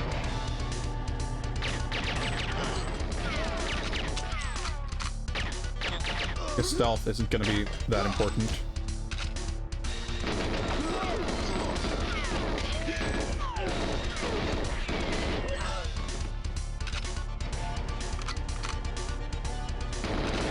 Yeah, the music is interesting. Oh, right, minimize casualties. I'll have to excuse me if we're not reading chat. Door's locked. Is this a thing I can do? It is not. Okay. Are these key cards? Oh, they're circuit boards. I see. Oh, okay. Well, I guess that guy opened the door for me. Oh, maybe he opened it when I took the key cards. But I don't miss the key cards?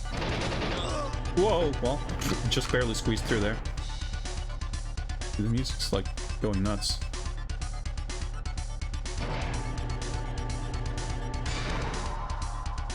Is this the thing I'm supposed to photograph? Actually, we should look at our gadgets.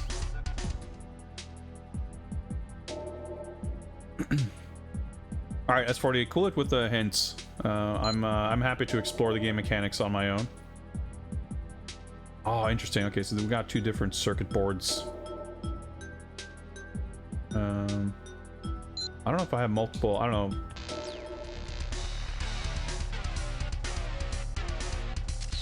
Alright, we'll just take some pictures just in case.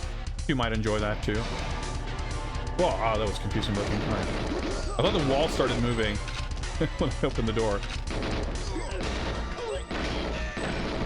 It's so weird, like, things cause these gigantic explosions that last for 10 seconds, but also you have to shoot things for like 8 times before they explode. Everyone's got this like psychotic expression on their face. Whoa.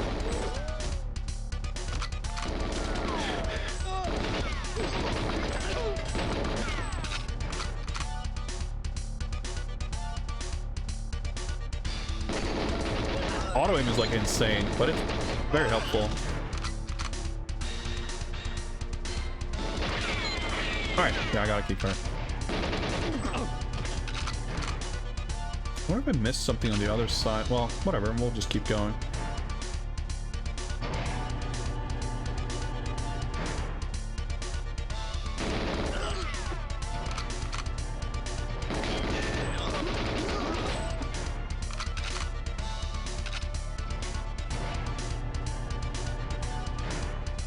Alright.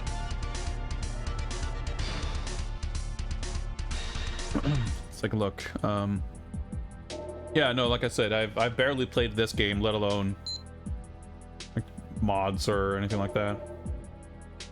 All right, right, that's not what I meant to look at the objectives.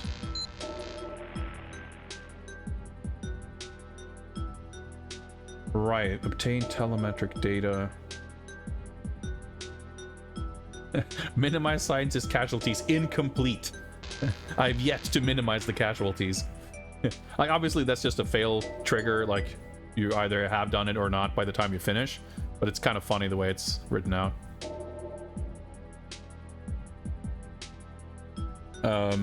Nah, Feather Keeper, I'd rather just like play the game as presented, and then like if it becomes confusing or I'm missing stuff, like I'm okay with it because like that's how the game is presenting it. We might discuss it after finishing a mission, but like if I'm going into a mission and I'm confused about stuff, like I'm okay with being confused. That's part of the experience. No, I'm glad you asked. Like it's a good, like I'm happy to attempt to clarify, because it's not an easy question to answer necessarily either. Like it's hard to know what type of information you want or don't want when you're not even sure what that information is. Like broadly speaking, I'm not sensitive to spoilers for the most part.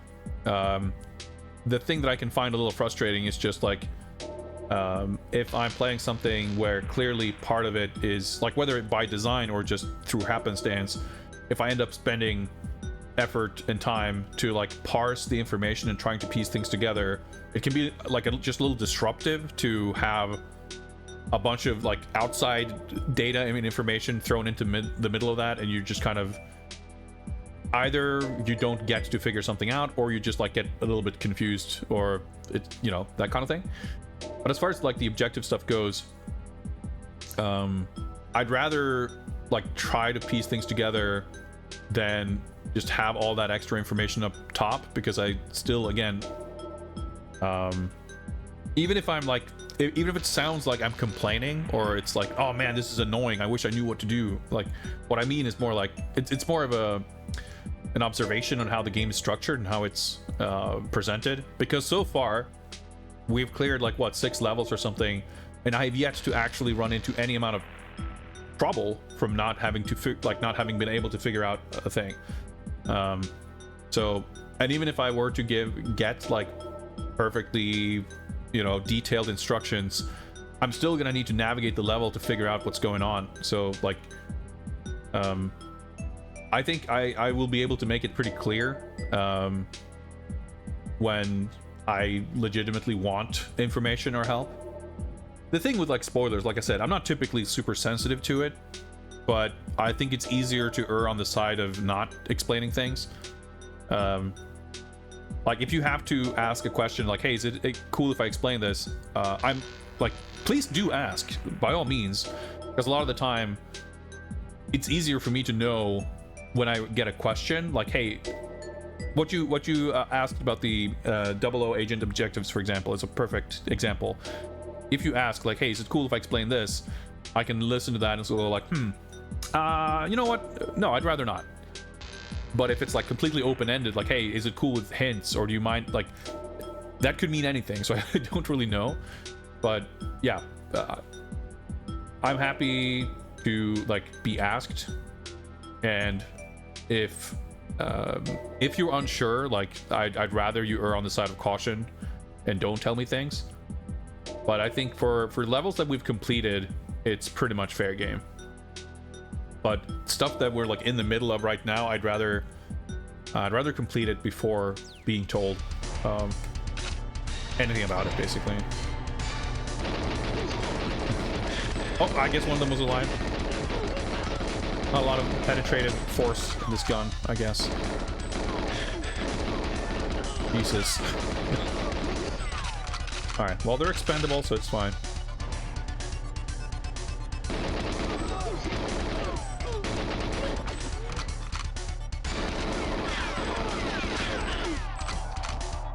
So body armor would be nice.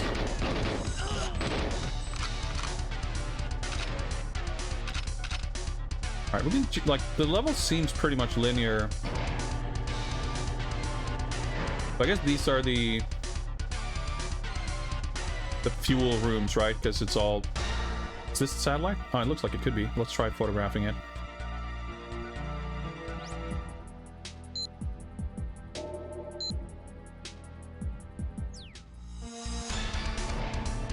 I guess, do I even have to?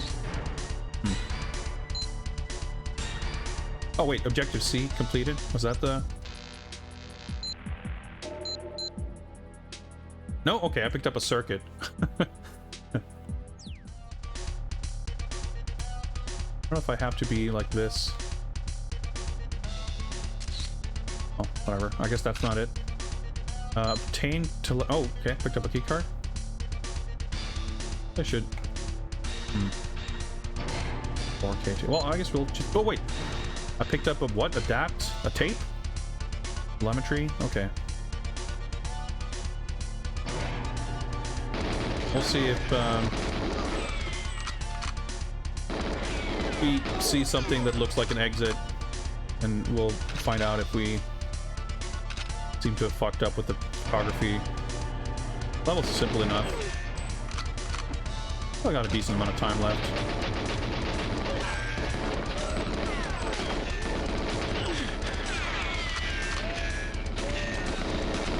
Not a lot of health, though.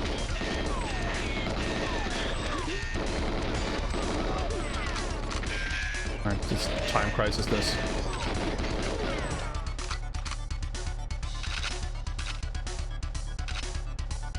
Gray pixel splotch. Yeah, if it's even visible. Okay, that looks maybe more like... Oh, now, okay, time to get some body armor now. Better late than never.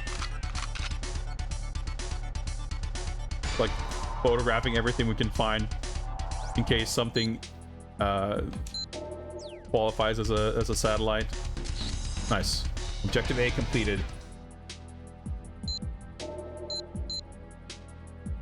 Photograph satellite complete. Obtain telemetric data complete. I guess that was on the DAT tape. Retrieve satellite circuitry complete. Minimize scientist casualties incomplete.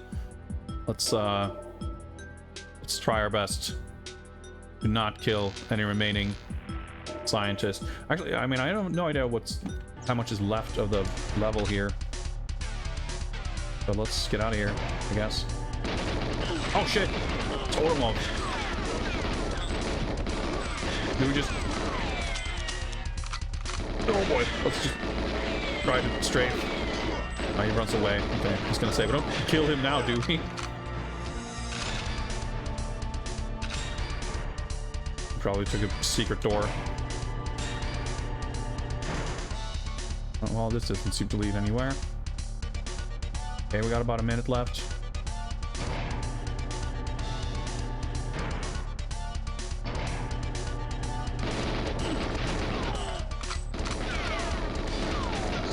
Nice little sidestep.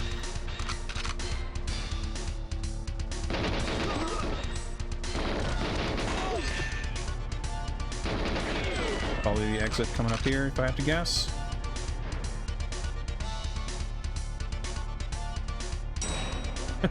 Nice little elevator. Whew. All right.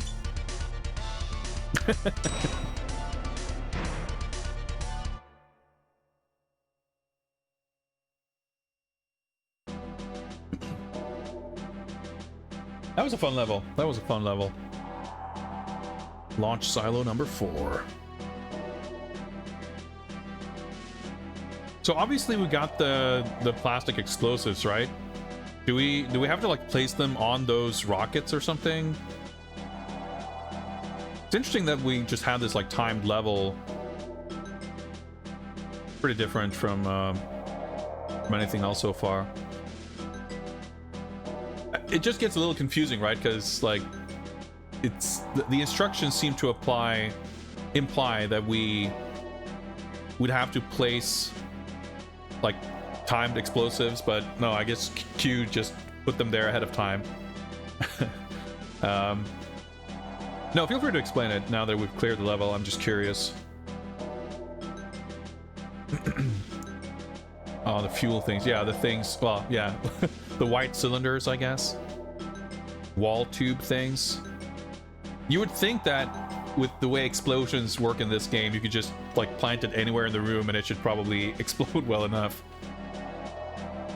But yeah, it's like we had the. I guess you would get an objective that would like have a name that you could maybe piece together. But I suspect that playing this on 00 Agent, you would have like an instruction to place plastic explosive somewhere, but it would still be a little bit ambiguous what you actually have to place it on, and you wouldn't necessarily. Like, let's say there's 4 rooms, right? And there's a thing in each room. Maybe it's the same kind of thing, whatever. But like, you have to place all 4 of them correctly for it to be completed. You'd have to go through every room to know if you completed it or not. Because you could place it on the wrong thing in every room. Or in fact, you can place it on the right thing in most of the rooms, but you placed it incorrectly in one of them. And like, you know, in the first level on the dam stage, there's the like the computer uplink thing where you have to plant the modem, and if you just shoot the computer screen or the terminal thing, you just get a message like, "Oh, you idiot! You blew it up. Now we can't hack them. Game over." So that's like good feedback. But I reckon like if you have to place something, let's say you place the modem in the wrong place, the game's probably not going to say, "Hang on, you need to place it on the other thing." So stuff like that can be a little tricky. I think that that kind of stuff is also sort of indicative of this being a. I don't want to call it primitive, but let's call it an unrefined sort of execution of this kind of mission objective structure. It's still cool, but you're noticing, you know, some, I don't know if you want to call it shortcomings or flaws, but areas for refinement in this kind of thing.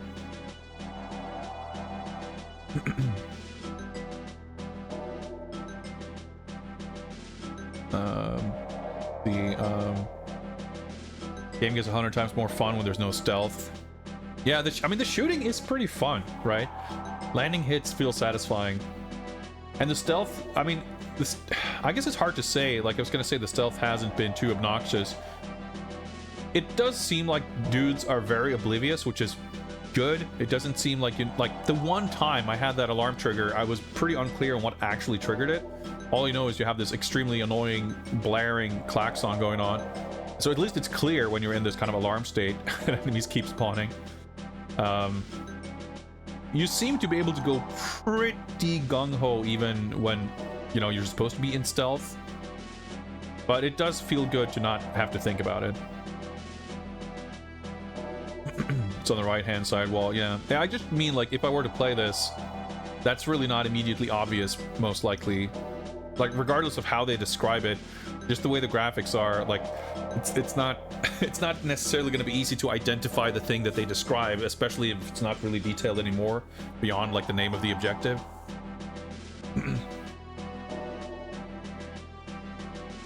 Took you a while to figure out. Yeah, exactly, right? It's not necessarily self-explanatory. Yeah, the scientists were kind enough to mostly get out of the way. They didn't cause a problem. All right, 69% accuracy, nice. 13 head hits. Yeah, I think the auto aim also just like feels really good. Like it makes the controls, like it's a bit fucked up to play this on 00 Agent. I think if I played this with like mouse controls or something like that, I think it would be a totally different story. But because of the frame rate and the kind of finicky nature of the N64 controller, actually aiming, whether you use the on-screen reticle or not, like becomes very demanding, and there's like little room for error and very punishing when the enemies do a lot of damage. But when you have this like extremely generous auto aim, you just have to point the camera in kind of the general direction, and it's easy enough to at least shoot dudes to kind of stun lock them, and it's mostly an issue when there's just more of them. But I think that like it balances out very nicely. And Yeah, like you could optimize aim still, of course. But the fact that the auto aim, like you can rely on the auto aim very far, and I think that's good. I think the game would be a lot more annoying to play if that wasn't the case. All right, that was mission 3. We're on to mission 4, Monte Carlo frigate. Yeah, this was not exactly in the movie, was it? I mean, Bond just casually walking in there and expecting to bypass security for no obvious reason. That was a good scene in the movie, but I don't remember him disarming a bunch of bombs and rescuing hostages. But that's cool. I mean, that's obviously, you know, they're free to add a little bit of action and pizzazz to these scenes. So this is when Onatop and I guess Oromov, right? They steal the... What I wasn't sure was called the Tiger helicopter in the movie. The manual calls it something else, I think. I guess maybe the briefing will go into it. Yeah, because the manual gives you the backstory of sorts, but it's more like the front story. The mission briefing by M in the manual is like written in the past tense, but it describes events that happen in the, you know, throughout the movie. So it's weird to read that like ahead of the mission, and especially now when we've had like these flashbacks and stuff. We played a whole bunch of levels, but we're just now reaching the point in the story that was referred to in the past tense in the briefing in the manual. It gets a little funny, but that's fine. Like the manual doesn't exactly align with the contents of the game, but the game can stand on its own, so it's like not a big deal. Proper amount of liberties were taken. Yeah, I think that's a fair assessment. Background: a demonstration of the pirate stealth helicopter. I do not think that is what it was referred to in the film. I was gonna say, like, maybe they were working on an earlier script or something. Then I remembered, like, oh yeah, this game came out like a year and a half after the movie. So that's probably not the case. But anyway, it could be, maybe it's an actual branded, like, product name or something, which, you know, I guess that would explain it. A demonstration of the pirate stealth helicopter by the French military has been unexpectedly postponed. Official channels insist that nothing is wrong, but unofficially, MI6 has been asked to help salvage a very tricky hostage situation on board the frigate Lafayette. It seems that the Janus crime syndicate will stop at nothing in its attempt to hijack the helicopter. Alright, so I guess this is not the actual event in the film, but like like they were going to show the helicopter, but there's a hostage situation instead. There is a real French military helicopter called the Eurocopter Tiger. I see. I mean, I guess it shouldn't surprise me that they would happily product place an expensive helicopter to help fund the movie, right? It's a very Bond thing to do.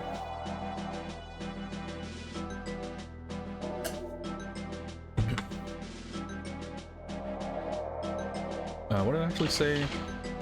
Oh yeah. It really annoys me that you get this screen first, where it's like, there's no context for anything. You have no idea what anything means. We are supposed to plant a tracking bug. So the helicopter is there, but the demonstration will happen later on, and when it does, we're preemptively just preparing for the helicopter to get stolen, I guess. This is the best chance we've had in years to get a lead on Janus. The French are prepared to play along with an entrapment scenario. We need you to place a tracker on the pirate so that we can trace its movements after Janus steals it. Yep, they're just completely counting on it. Okay, cool. It's just the plan, I guess.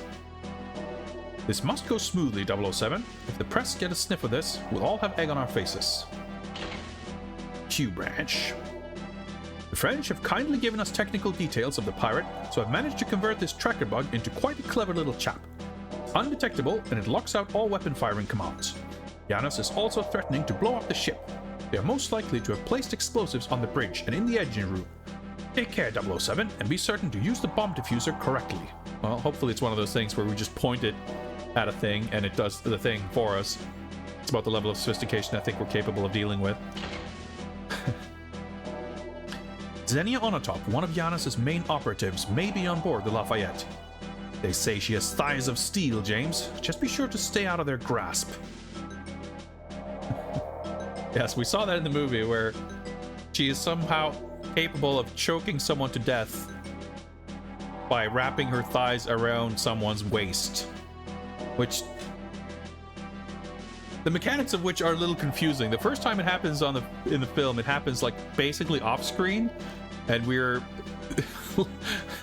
sort of left to imagine the mechanics of it. But then she does it to Bond later on screen, and it's somehow even more confusing. I guess if you compress the rib cage, yeah, but your rib cage isn't at your waist.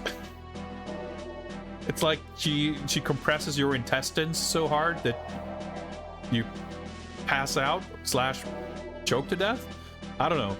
I mean, I'm not a Bond supervillain, so far be it for me to, you know, complain. But it's a little peculiar. She basically squeezes just below the ribcage, which prevents the diaphragm from expanding. Damn Gundam with the technical lore. I mean, sure, I'll buy that explanation. I'll buy it. But let's not get let's not get our diaphragm caught in between Xenia Onatop's thighs. That's the secondary objective of this mission. What were the primary ones? Rescue hostages, disarm bridge bomb, disarm engine room bomb, plant tracking bug on helicopter. Okay, that's all fairly straightforward. We just gotta find the hostages, and I'm assuming we're running up to some dude standing there, and they'll run away. And I guess once they've run away, it'll just pop a message saying we're done. So the main thing, I guess, is just gonna navigate the level and find the bridge and the engine room and the helicopter. Let's do it. Oh yeah, this is like the music I remember. Frigate Lafayette, Monte Carlo. Oh, we got the MP5K. Sorry, it's called a D4K Deutsche or whatever, D5K probably. Yeah, silence D5K. I mean, it's recognizable as the MP5K. Bomb diffuser. This music's too good. Tracker bug. This looks suspiciously like the covert modem from stage 1. But who am I to criticize Q? Alright. Well. They didn't really talk about stealth. Dude, we got 20 rounds. That's a little bit stingy.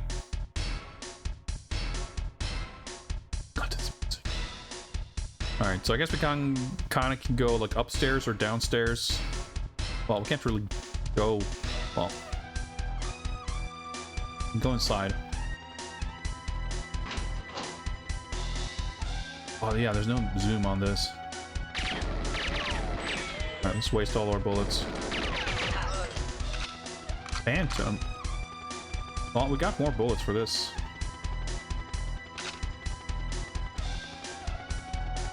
Try to figure out... Wow, okay. The hell is this? Like, it looks a little bit like a Tech 9 or something, but not really.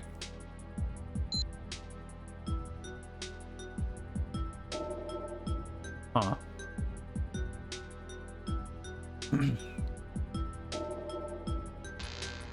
Saw a picture of Doak holding the original mine prop from the movie. Yeah, we kind of marked out when we saw that in the film. It's like, hey, it's the thing from the game. It looks exactly the same. But it's funny because it's so like comically large in the film, and it looks like it's actually kind of smaller in the game than in the film, even though it's probably like the size of somebody's chest. Just kind of looks kind of small on screen. But I guess that checks out. Like, I guess it would be like a flight stick, right? Like a Sidewinder base or something. I guess that would make sense. Tech 9 made by Nintendo R&D. Yeah, I don't know. I'm sure someone's got it figured out.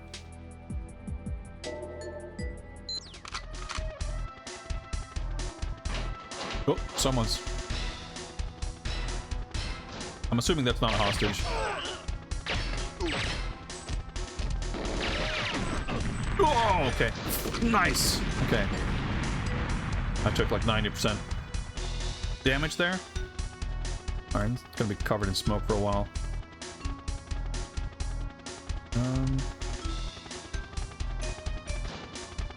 Let's just say I can hear a helicopter.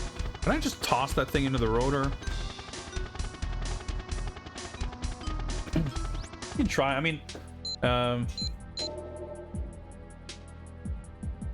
rescue hostages is incomplete. It doesn't say failed, so that's a good, that's a good sign.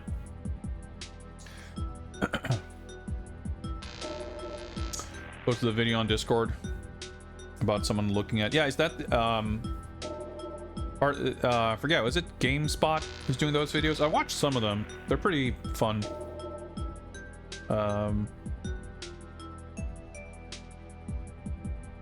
That sounds like a good watch. I'll definitely check that out later. Thanks for sharing that. Why did the guy explode? I mean, it definitely looked like the guy was doing some kind of grenade toss animation when I shot him. So I guess he had like a cooked grenade and it just dropped on the floor on the other side of the wall. And the explosion just bled through. Is my best guess at what just happened there.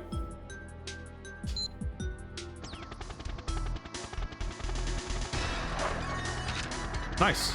That works. Just toss it right into the rotor. So the bridge would be here.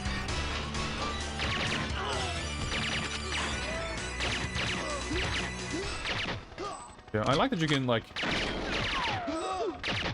Sometimes it's a little ambiguous, but basically you watch out for dudes dropping their gun to let you know hostage executed. That's interesting. Didn't realize that was a thing that could happen, but now we do. So I guess that means... Oh, shit, he saw me, I guess. I don't know if I saw a objective failed message when the first one happened. Okay, so I guess there is a certain degree of allowance for... I'm just assuming that it's going to say failed if we definitely fail it. So maybe you're allowed to have, like, up to a certain number of hostages killed.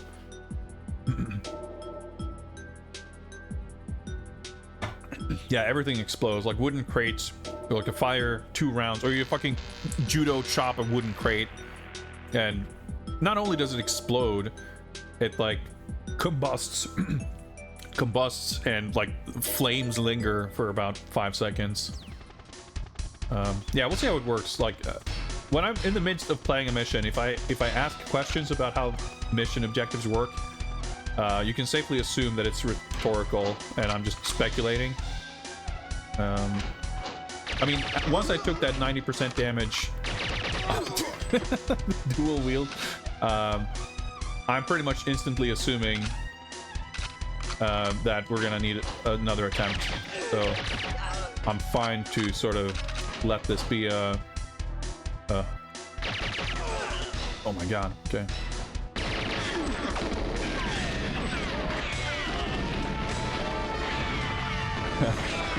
The control panel just exploded. It's really funny that the enemies have like a complete and blatant disregard for like everything other than shooting Bond.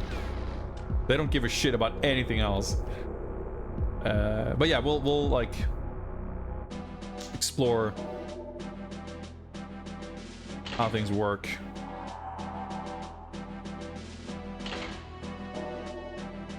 It appears Bond is allowed a number of civilian whoopsies. Yep, exactly. Yeah, I'm still not super clear on the whole hostage execution thing. Like, again, the sort of stealth / enemy awareness of you is a little bit ambiguous. Like, looking around corners, for example, doesn't seem to hide you at all. Like, in terms of, like, it'll allow you to sort of peek around a corner and be like technically a little less vulnerable, I guess, but it doesn't appear that your sort of actual position is left in place and your aim is shifted. Like, it does move you out here, so you will still be seen. Now, going to the bridge there, I'm assuming that was the bridge. Is this a door here? No, it's not. It seemed like I entered through a pretty bad door because I ended up with the hostage right in between me and the dude. So I wonder if that means that you want to kind of... Oh, well, okay, this is the...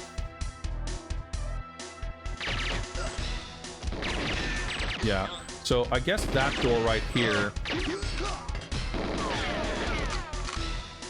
Door's locked. Okay, what about this door? Okay, so you probably want to enter through this door so you have a chance at shooting that guy. Okay. And that looks like armor. Okay. I guess that's a bomb.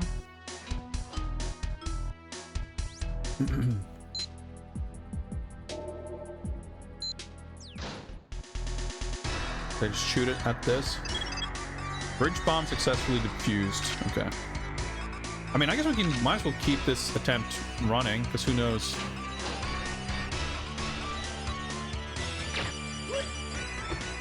Could still succeed.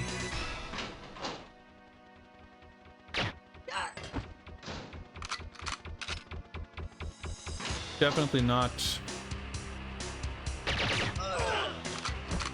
great grasp on the level layout, but okay, so this ties back. Okay, trying to figure out how to get to that other room.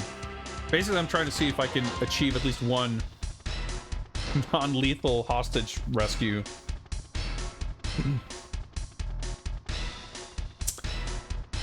Well, I guess non-lethal kind of means like that's kind of a requirement for it to be an actual rescue. Right, so this is, I think, where the guy grenaded before. Fuck! My aim was off, but it seemed like he started moving before I shot. Okay, objective failed. Unacceptable hostage casualties. Okay, okay. But that's good, because like that gives us information on how it works. Alright, I guess. Whoa! I was gonna say, I guess someone dropped a grenade. Nope. Just crossfire.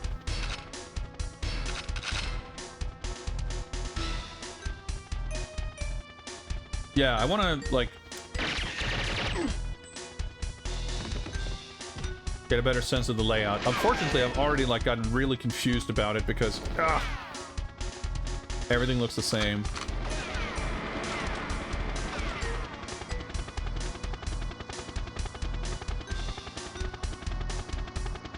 Might as well do this. Just kind of go through the motions of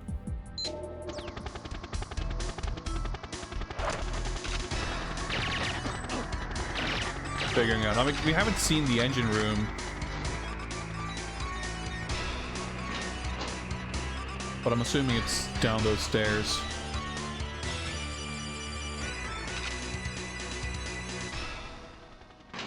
I mean, I also definitely don't know.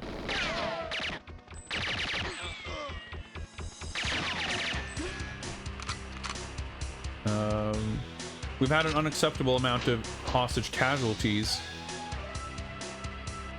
but that doesn't mean there aren't hostages still left. Okay, so I don't think I've gone down these stairs before. Dude, the fucking jukes on this guy. Ducking for me to perfectly hit his hat, but not his head. Alright, explosive crates. Is this the engine room? Oh, dude, look at these shadows. That's pretty sick. Nice effect.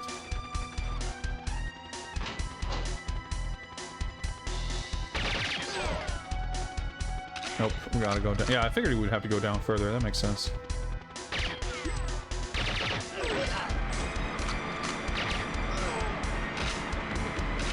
Alright, we got some engine room noises. Ballistic protection beret. Yeah, it's like a you know, it's like on airplanes you shoot what is it called?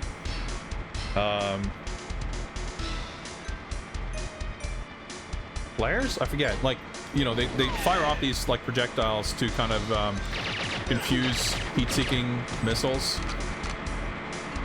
Chaff, maybe? I'm not sure. It's kind of the same thing. Like it's like a lightning rod, sort of, like a bullet rod. Guys are wearing berets to like just attract Bond's bullets to take them instead of the head. All right. Okay. Hostage released. Okay, cool. I'm just happy to have like confirmed how that mechanic works. Presumably he's not going to run off to get shot now, but maybe we'll learn how that works if that's the case. I'm not going to get in the way of that guy. Because like, presumably the enemies are going to ignore them. But once I enter the room, they're going to get trigger happy.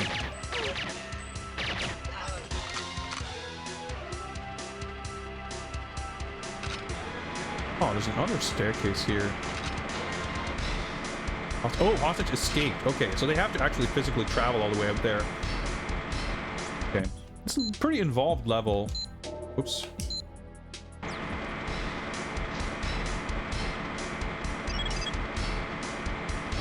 Okay. Oops. Failed. Complete. Okay. I guess I don't know. There could still be hostages left, right?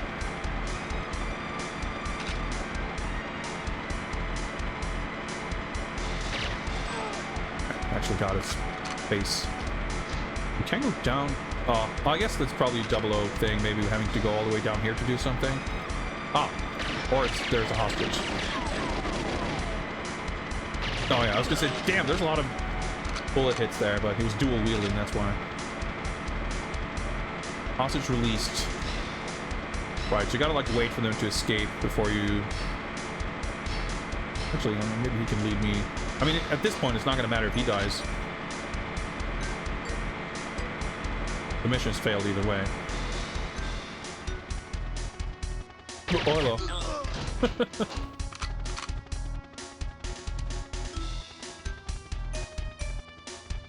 But the other dudes didn't seem to have any trouble escaping, so I'm trusting that that's not something I have to worry about. So can you get around? I guess you can.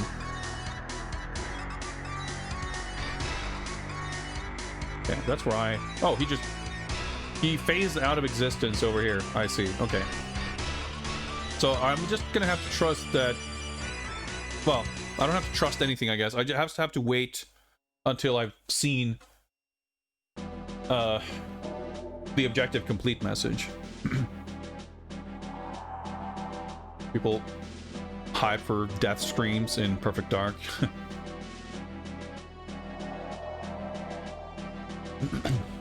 All right, okay.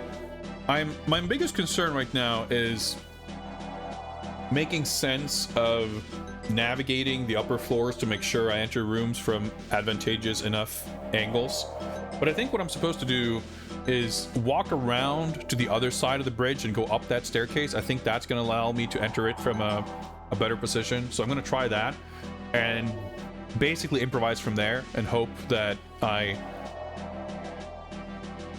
because like on this attempt, the bridge guy died, of course, and then I think there were 3, because the first time I think 2 hostages died and I didn't fail it yet. So the downstairs hostages seemed to be easy enough to take care of. I didn't have to do a lot of precision aiming. Like I ended up facing them from a like decent enough vantage point that it was not a big issue.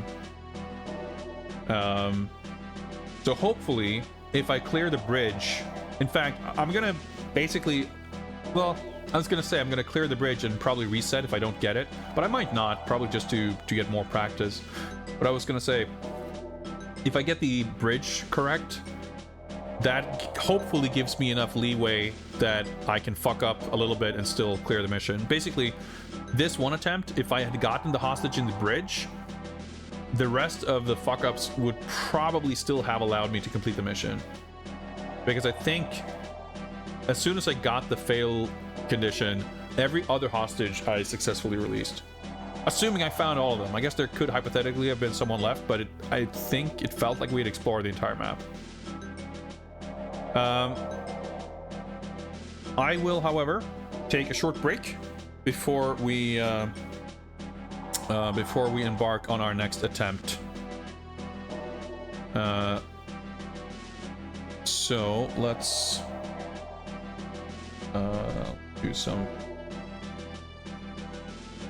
stuff here. Okay. I will take a brief break. When I return, we will do another attempt at frigate, and hopefully it'll go a little bit better. Absolutely nailed the engine room. Yeah, it went well. So hopefully that wasn't just a complete fluke. I will, let's hang on. Let's see. Oh yeah, we can do. All right. Okay. I'll be back in a few minutes.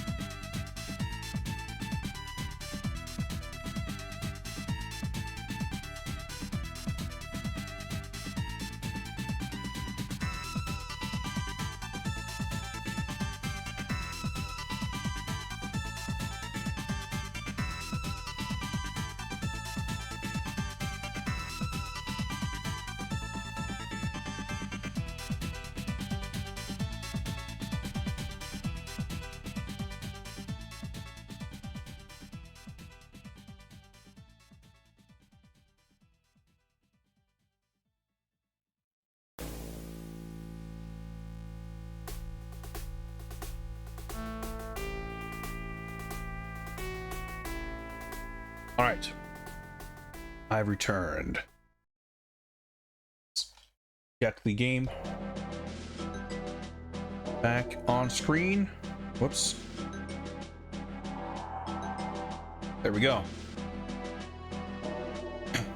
All right. Go around the back. Try to enter the bridge from a better vantage point. Try not to kill the hostage. And then hope we can do okay from there. All right. There we go. Ooh, we have a target time for this map. We're definitely not going to reach that, but it's fine.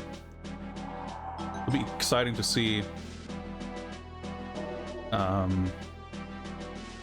sort of tricky they might actually be to get. It would be fun to try to get a few of them. I don't know. Obviously, the focus for me is just playing through the game and finishing it.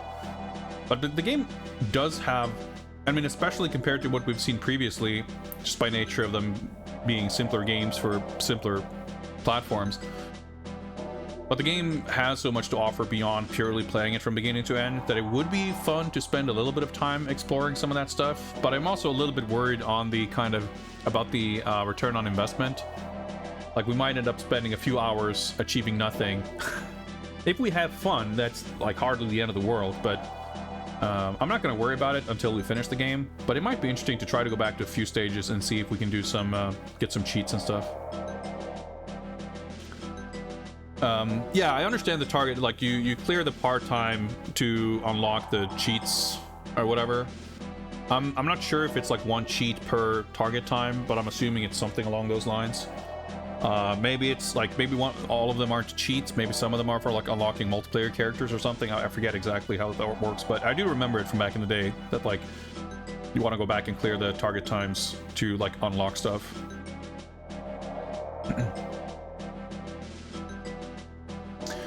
Some are incredibly easy once you know the route, and others feel impossible without speedrun strats. Yeah, that's kind of what I would imagine. Like, it just broadly being pretty inconsistent. Some of them maybe were, and that's kind of what I mean. Like, you could kind of get a feel for, like this one, just off the top of my head. Like, I would expect all of them would require routing, but routing, you know, a level like Silo, for example, like it's a series of linear hallways. It's like, you know, there's not a lot of routing in terms of where to go in what order, but this stage is like very much not that. It's pretty non-linear in its layout, so you might have to do a bit of practice and research to figure out what path to take. But once you have a route, just I'm speculating here, but based on how I played, it seems extremely plausible that I could shave off 4 minutes from the time. I don't know that to be true, but it seems likely. It doesn't seem crazy when I look at it. So I don't know. But like I said, it's not something I'm going to worry. I mean, I'm certainly not expecting to clear any target times like on my first attempt, or even something like this where it's not technically my first attempt, but you know, I don't expect to clear any target time without specifically practicing doing it, or like, you know, taking a couple of attempts. So it's more a matter of finishing the game, looking at what our best times were. Obviously, we've been playing on Secret Agent, so we can go back and find out which stages have targets for Agent. And in Agent, it seems like you can kind of not care about the enemies. You can kind of run around, shoot them to take them out, to not get shot as much. But it doesn't seem like you really have to worry super much about your health. And for some stages, you probably have fewer objectives, so it's kind of like running to the goal. I reckon there's probably at least a few that we could complete. But again, not going to worry about it for now. All right, let us run around. And I mean, the other thing too is, of course, yeah, we could look up strats, and frankly, for that kind of thing, I would have no issue with taking advice from chat. Like, if we're looking to achieve targets, I'd be happy to like receive notes on what I'm supposed to do.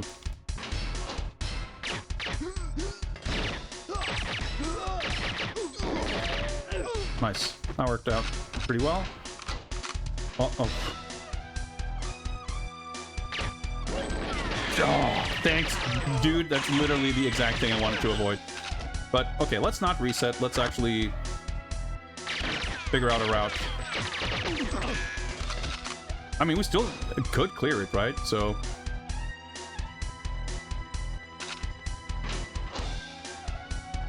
everything just looks the same, making it a bit confusing. That's the... oh, okay.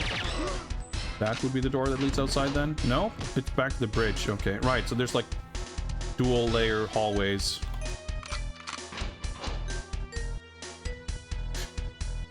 Okay, not exactly. But all right, there's the bomb also, right? Yeah, my worry about continuing on is simply that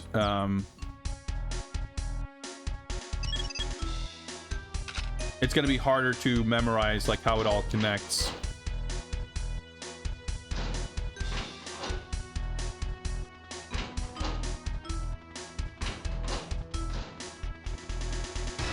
Yeah, so that's the outside door on the other side, right? Yeah, okay. So this is where I went in before, okay. This should lead...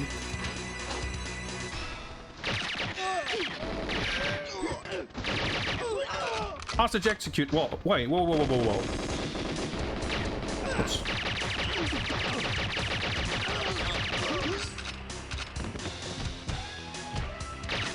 Is there another hostage in here, maybe? Clearly it wasn't that guy.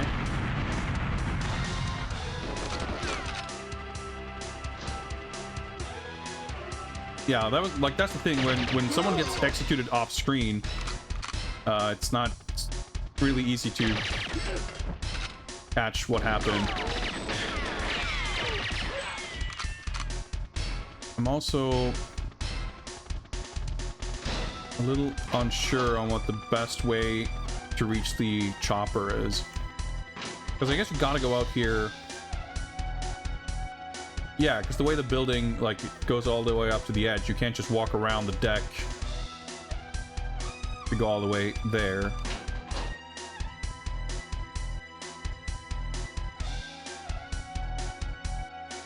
Dude, I'm so confused. I thought that was the other end of the ship.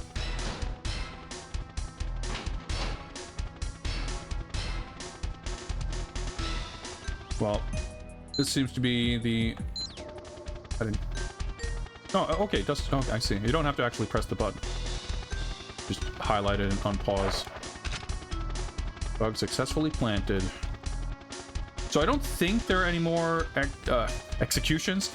Hopefully there are no more executions. No more hostages is what I meant to say up here. There might be one on this level, I forget. There's the guy with the jukes before.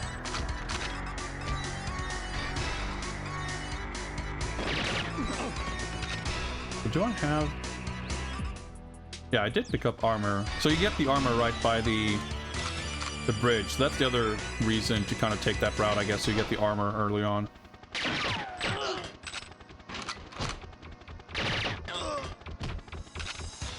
Double check that there... whoa.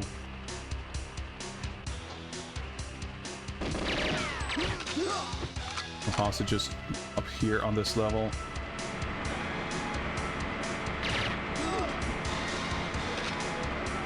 I think there's one here.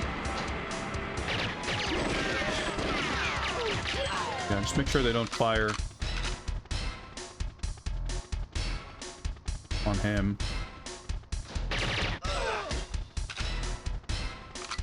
Nice. Okay, I'll walk the other way. Let's give him some breathing room. I think the hallways connect back here, right?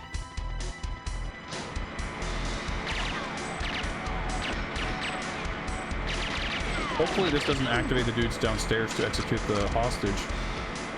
Wow, there's a hostage. Holy shit, that fucking spooked me. Yeah, I see them all the way over there.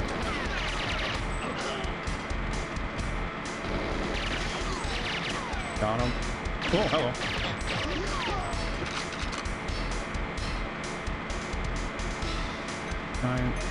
No, I guess I have to go this way.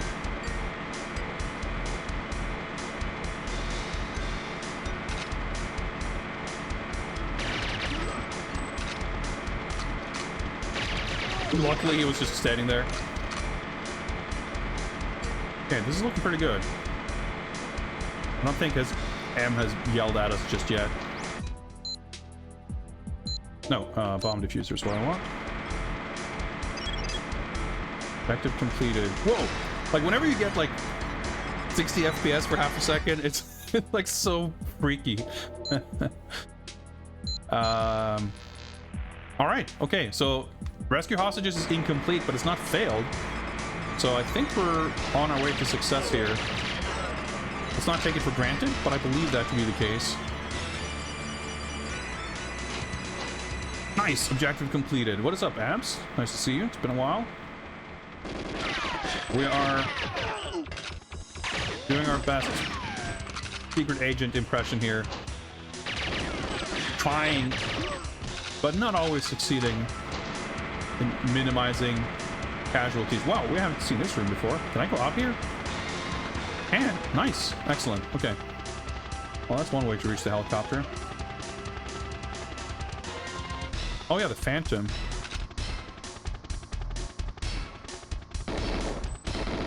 Can I zoom with it? Nope. Seems to have a very high rate of fire though. Large magazine too. I guess stealth isn't like a major concern in this stage, so it completely slipped my mind that I even collected it. Gotta find the damn boat. Oh, there we go. Yeah, I remember there's the dual wielding thing, which like, I just remember it requiring some arcane button combination, which is not detailed in the manual.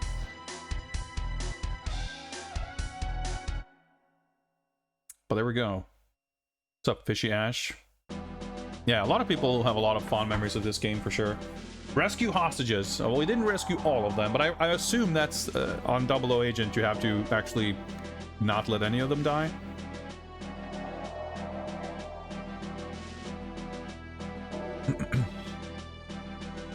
If it's two of the same, you don't have to glitch it. Okay, yeah, I just remember it being like kind of convoluted somehow. But I also do remember that it seemed to be some sort of a glitch thing. Yeah, I don't, like I said, I don't remember it in detail. I just remember some weird button combinations that let you like cycle between weapons independently on your hands, and you can combine weapons in some weird ways.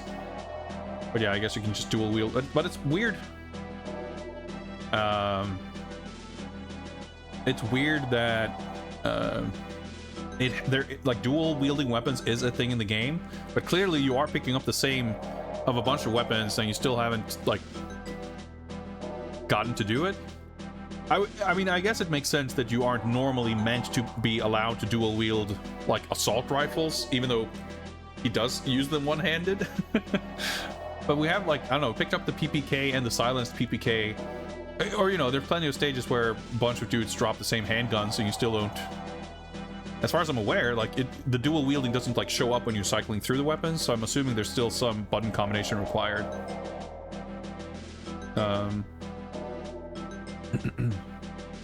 Very good, one of the levels you remember well. Good music, very difficult objectives, fun weapons. Yeah, it's cool, like we have totally different weapons in this stage. I guess it makes sense that you wouldn't have the AKs on this one. I think it's pretty impressive so far, like the variety. Even the ones that haven't had like super unique objectives. Like the hostages here is definitely pretty different, but even the ones that have been pretty straightforward, no two levels have really felt the same so far. Yeah, Fishy Ash, like I've talked about it at length already, but this is a game I played this back in the day, but I didn't care for it too much. I was big into PC FPSs at the time, and I didn't like the N64. I still don't. But even then, I could, of course, appreciate the novelty of the mission structure and everything. And I think that aspect holds up even better today, really, because it's sort of in hindsight, or even just having a bigger degree of familiarity with games from throughout history, it's in a way easier to see how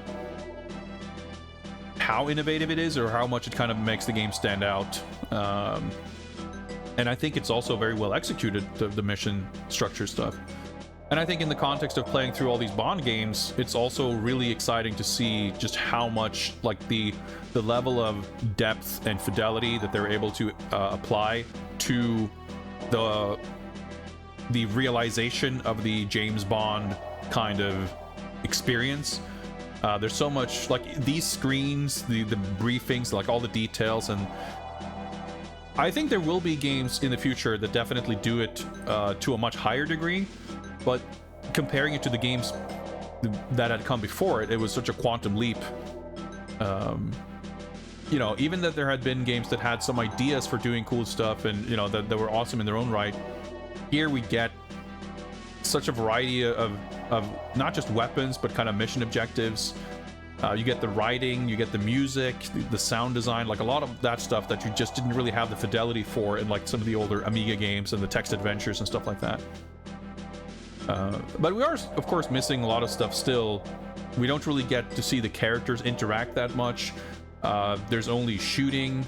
Technically, there's tank driving, but, you know, there's not a lot of action set pieces that go beyond running and shooting just yet, but we'll see that in other games later. Yeah, it's technically impressive too. Like, for all the jankiness and how it runs well enough to be really fun, and, you know, that's ultimately kind of what matters. Lariah, what is up? Lariah, always with the random questions. I don't mind though. What characters in the combat pack for MK1 am I excited for? I'm really curious to see what Takeda is like. Takeda was one of my favorite characters in MKX, and I was really bummed when he didn't show up in MK11. I thought for sure he would be a shoo-in, like, of all the new characters, but nope, he never showed up. So I'm excited to see how he plays. I think from the trailer, his new design looks pretty shit, but, you know, we'll see. I'm extremely happy that Quan Chi is back, because he's one of my favorite characters. He's like my favorite MK villain. But he wasn't necessarily a character I ever particularly enjoyed playing as. So I'm gonna want to see what he can do in the game. He might be fun, he might be cool, but I'm more excited about his presence than necessarily playing as him. And, like, those two for sure I'm happy are in it. Takeda, I mean, MK is like, everything changes so much in every game that you ultimately can't really predict which characters you're actually going to enjoy playing as, just based on, you know, whether you've liked them in previous games. I'm also really curious about Peacemaker. I think it's fun that John Cena is in the game, and he it's just one of those things, like, am I excited to play as him? Not necessarily, but I could see him being a character I actually enjoy using, depending on what they do with him. I think I saw, by the way, something scroll by in my timeline that, unsurprisingly, I guess, that they did get J.K. Simmons to do Omni-Man's voice. That seemed pretty likely that they were going to do that.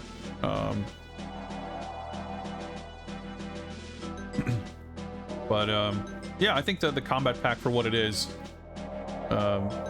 seems decent. Like, there's a higher amount of characters I'm actually interested in than is usually the case for Mortal Kombat DLC. Frame rate never seemed to be a problem if you didn't play games on PC. Yeah, well, I did. But I wouldn't even say that. Like, I think, I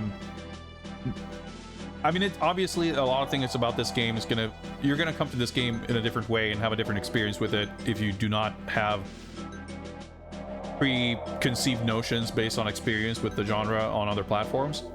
But I think with the N64 in general, I mean, there's no shortage of games that run poorly on PS1 either. But I think there was such a universal thing on N64 that games just looked dreadful, and I guess I don't know that it's fair to say that games generally ran poorly, more so than on Saturn or PlayStation, but they definitely looked pretty bad. And I didn't like the controller. Like, there was just nothing about the N64 that appealed to me.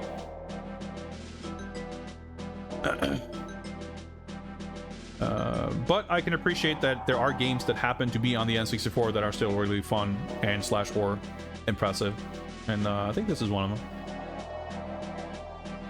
I'd say it's fair they mostly do.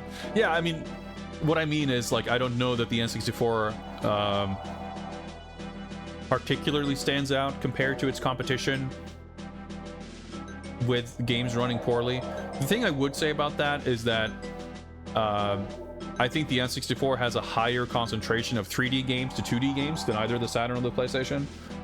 And I think 3D games tended to run worse than 2D games in general, and there just aren't many 2D games on the N64, so that probably kind of adds to that perception. I mean, yeah, there's stuff that's technically kind of sophisticated about the N64 compared to the PlayStation or Saturn. Yeah, like the texture filtering and the anti-aliasing and stuff like that. But unfortunately, it all kind of comes together to this like extremely smeared out, blurry look. I feel like N64 games were never capable of looking vibrant, which is strange in a way because I don't think there's anything specific that affected the colors, but because everything had this kind of Vaseline smear thing going on, the lack of crispness somehow contributed to a feeling of a lack of vibrancy as well. Even though there are so many games that are extremely garish, they still don't just, I don't know, everything feels kind of muddled and weird. F-Zero X was 60 FPS. Yeah, and that's why I remember that as a game from back then that I was excited for. Like, oh shit, this actually runs well and it's cool. So that's on my list of like, I don't know, a dozen maybe of N64 games I'm like genuinely excited about. Nixall, greetings. What is up? Pink tank top. Yes, of course. I only dress in the finest of fashions. I mean, that's not really true, but I like colorful shirts and I like wearing tank tops in summer when it's hot. And today, we've had such shit weather, by the way. It's been raining every day for like 2 weeks. And I think it's going to rain the rest of this week too. Perfectly aligned with my holiday. But today happened to be fairly sunny. I guess the rainy weather means I can play video games and build Gundam model kits and do whatever else relatively guilt-free, so it's not all bad. But I hope to get a little bit of summer weather before I have to go back to work. F-Zero X is completely insane, has almost zero texturing to accomplish that. Yeah, but that's the thing, right? Like, who gives a shit about textures if it makes your racing game feel slow and chuggy and shit? I think, like, that's such a gigantic... I can't even call it a pet peeve. I don't know what you call it. Frustration. With games pushing... Like, we're experiencing it right now, right? As we're... I don't even want to say finally, but as we are inevitably marching towards games no longer coming out on previous gen consoles, like their PS5 and Series X only, we're reaching the point where it's, I'm sure, will start becoming more of a norm that everything is going back to a locked 30 FPS again. And it's like, oh, these past few years have been so good in that we finally got like 60 FPS on consoles again. 60 FPS was pretty much standard on PS2 and Xbox. Obviously, there were plenty of games that didn't quite achieve 60 FPS, but locked 30 was not, like, basically when the 360 and PS3 came out, because they were pushing for 720p and much more advanced, like, pixel shaders and stuff, it was pretty much a necessary concession to lock things down to 30. And the PS4 and Xbox One were so underpowered when they launched that, you know, they were pushing for 1080, and they didn't have much choice but to kind of standardize the lock 30 there too. The newer consoles, PS5 and the Series X, can and are capable of you know, pushing 120 FPS even, and it's not super uncommon for games to have support for it, even if they don't reach a locked 120. If you have a variable refresh rate monitor and everything, that actually works out pretty well, even if it doesn't have a locked 120. But I just hope that that stuff has been established enough that we're not going to see a full transition to like locked 30 FPS on everything. And I think the fact that people have actually raised any amount of stink over games like Redfall and Starfield being locked 30, I think that's a good sign. But it doesn't necessarily mean much if every like AAA game is going to be locked 30 again. But it's interesting. You can look at stuff like Ridge Racer 7 on PS3, which is it's actually 1080p 60 FPS, which is kind of shocking, right? But it achieves it by basically using PS2 level rendering techniques. So it's sort of using like PS2 level fidelity to the graphics, but because of the higher amount of power, they can push 1080p as opposed to like 480i. And I think like resolution and frame rate generally can add so much more than like, I don't know, texture, detail, and whatever else. I will almost always sacrifice fidelity for frame rate. And I'm glad that modern console games tend to give you more options in that direction, but it's not always handled like super well. But it's just something I got super fed up with it during the 360 and PS3 generation, where like, I mean, you'd have like fighting games that ran at 60, but for me, like the thing that was shocking was like when driving games stopped being 60 FPS. Now, I don't give a shit about driving games, but it's just like baffling to me. Like that seems to be just as much as a fighting game. Games that are like extremely about, you know, split-second decision making and reactions, and just like for the sense of speed and everything else, it's mind-boggling to me how you could be like okay with aiming for 30 FPS for racing games. That's not to say, of course, that there haven't been 30 FPS games that have been like amazing, but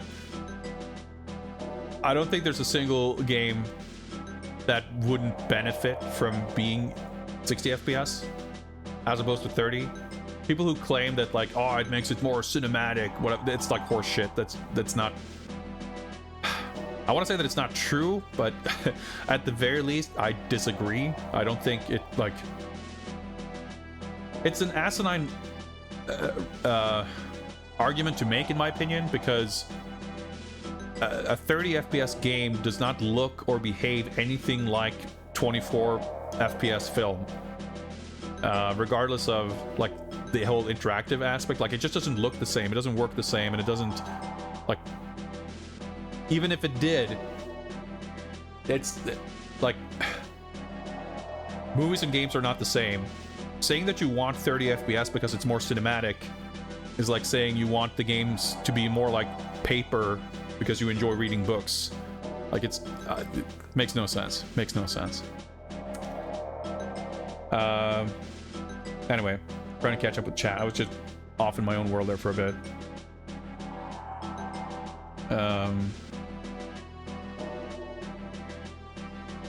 How do I feel about the idea of like super realistic graphics in modern games?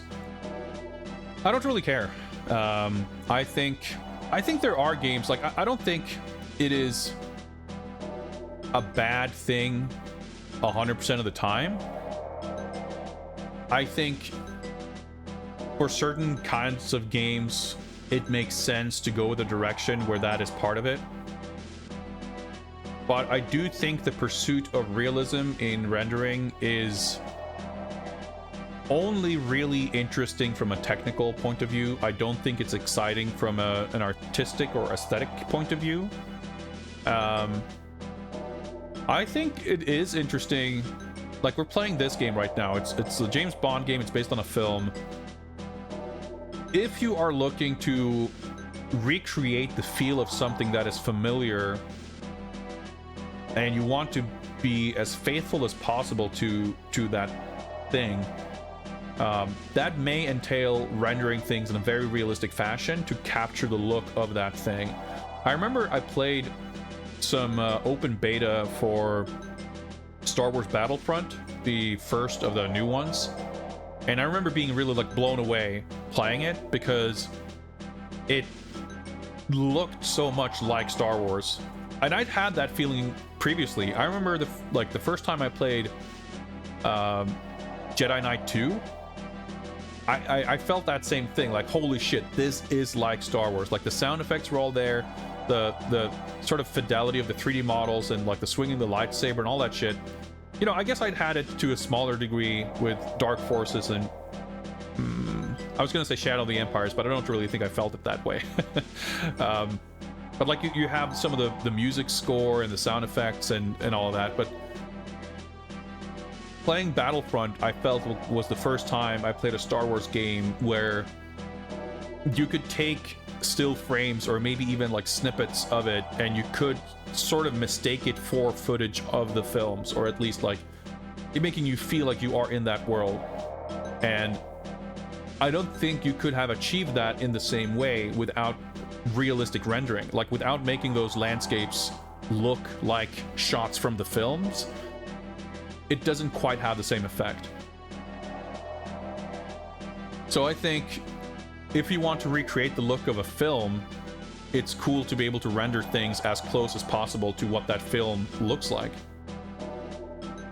But I don't want to say that that's the only case I can think of, I guess, but like I think aiming for realism in and of itself is the kind of least interesting thing to do artistically. Now, of course, within like realism, like saying that lifelike photoreal rendering is inherently unappealing is very dismissive of the art of photography, right? Photography, whether it's still photography or film, is obviously capable of producing very evocative and compelling imagery. And maybe we can achieve that with realistic rendering in games, assuming we have like movie levels of budget and effort put into lighting, and you know, you need a director of photography basically, right? And you know, that still leaves room for something that is evocative and beautiful and exciting. But on some level, I think that happens irrespective of that realistic rendering. Like if you have, again, for the sake of argument, like 100% photorealistic rendering, what you do with that rendering to achieve something that is exciting looking isn't really likely to be because of the realistic rendering, but the artistry that is being applied sort of, you know, on the side, or like, you know, in conjunction with that rendering. But I think, broadly speaking, that using that like realistic rendering as a starting point is, to me, like the least interesting thing you can do. We were talking before, right? Like games can be open world games can be good, but usually in spite of being open world. N64 games can be good in spite of being N64 games, rather than because of it. And I think like games with highly realistic rendering is kind of the same thing. They can be nice looking, but it's usually in spite of being realistic rather than because of it. And I definitely find it to be kind of troubling, maybe isn't the right word. I mean, it is to a degree with like ballooning development budgets and everything, and it's like how unsustainable that is. But it is sad to me personally, on account of like my subjective preferences, that like big games are like that the mainstream sort of consensus on what makes a visually attractive game is for it to look, you know, to have that AAA Hollywood sheen of like realistic visuals and, you know, face scanned actors with, you know, performance capture, cinematics, like that kind of prestige Sony first party flavor. And I think it's really boring that in the eyes of a lot of people, like that is what a expensive, high quality, high budget, high production value, i.e. good graphics video game is supposed to look like. And I think, although if you zoom out a little bit and look at the entire breadth of what is available on, you know, consoles or Steam or whatever, we have a wider range of graphical and artistic expression than ever, in my opinion. And the democratization of development and distribution of games means that like there is a broader range of experiences available. But in terms of what gets marketed to the mainstream, in terms of what people think of when we're talking about like real video games and not like indie shit on Steam that in the grand scheme of things, like no one's heard of or whatever, that scope is like kind of narrower than ever. Like if you look at any other point in time, actually, I guess possibly if you were to compare it to like the late 2000s, early 2010s, of what like AAA games or like big budget games look like on PS3 and 360, they tended to look pretty dreadful. And maybe that scope was slightly narrower, because you still do get today, I mean, obviously you have shit like Roblox and Fortnite and Zelda to a degree like being huge games also. So I don't know, but broadly speaking, comparing it to like the 90s and the 80s, the mental image that gets kind of conjured up from like what do video games look like, what does an expensive game look like what do good graphics look like, it's a pretty narrow like slice that, and that's kind of what I find boring, less so than it itself being a boring look, which it kind of perhaps also is. I find it like so exciting and interesting to go back to PS1 and PS2 era games, because back then, even when you were targeting realistic visuals, provided that you did it with some amount of finesse, they inevitably, whether you intended it to or not, just by sheer the nature of the technological limitations were such that you could not really simulate the way light behaves. You could not simulate the way different materials behave. You could not approximate real life, rendering. So there were always going to be artistic choices being made in terms of how to cheat, something that comes across as realistic. So you end up with stylization kind of whether you want to or not. And you can look at a lot of like PS2, Xbox era games with kind of realistic visuals. There's some army dude shooter games, and probably some Bond games that we're gonna see, if I'm being honest, that just don't have a very interesting look. But I think that got way worse on like 360 when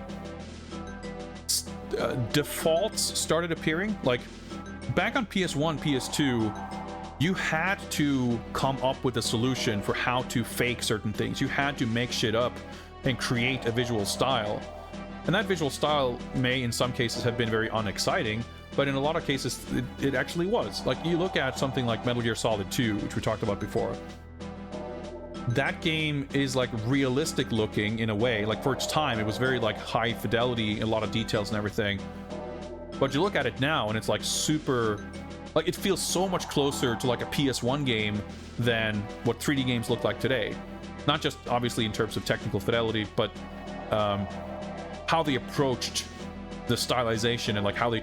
What creative and artistic choices they made, and what technical choices they made to facilitate those artistic choices to create that visual look. And as technology has progressed, artists and creators have been handed more and more tools to, express things in a broad range of directions, but with the kind of approaching a simulation of real life lighting, material behaviors, that kind of stuff, like PBR, physically based rendering, and even like pixel shaders on the 360, like being able, or I mean, even late Xbox games like Riddick and Doom 3 had normal maps and per pixel lighting. That kind of stuff, like, that's why I think a lot of 360 games look so bad, because I'm not, it's not a matter of developers being lazy or anything. I hate that expression, but there was an element of we can lean a little bit on this rendering technique to provide a detailed, higher fidelity rendering than what we could do on previous hardware. You had a lot of games being released on renderware, which was a powerful engine, kind of its Unreal Engine of its day, but they all had a very samey look, and you get this very generic kind of shading, which technically is more sophisticated than what you saw on PS1, but it didn't really create anything more interesting looking. And I feel like it's kind of similar with Unity and Unreal and whatever else today, where you end up with a standardized kind of basic generic default look that works, but it doesn't come with art direction. And games on all levels of technical proficiency can sort of fall victim to relying maybe a little bit too much on that, and not coming up with more like specific expression on top of that. Whereas 25 years ago, you didn't really have a choice. So I think ultimately, like, it's all about art direction, and I think realistic, like, technology that allow for realistic rendering that does not exist mutually exclusive, realistic rendering and art direction or stylized look or whatever. And in fact, seeing stuff like, just off the top of my head, something like Guilty Gear Strive, that's not something that could have been done on a PS2. They're leveraging modern techniques to be able to do that kind of stuff. And it doesn't have to be like mimicking the look of a cartoon. It could be whatever, but like, I think older games can be inherently more interesting because regardless of what it is, you have to, on such a fundamental level, come up with a technique for achieving the look you want to achieve. Going back to 2D games and pixel art, like, that's literally painting. It's putting colored pixels on the screen to make it look a certain way, which means that it's so much more deliberate by necessity than a lot of modern games, which I really appreciate. So realistic rendering can absolutely facilitate interesting looks, but it doesn't do so by default, and without anything interesting to go on top of it, the choice to render things realistically in and of itself, I don't think ever really excites me.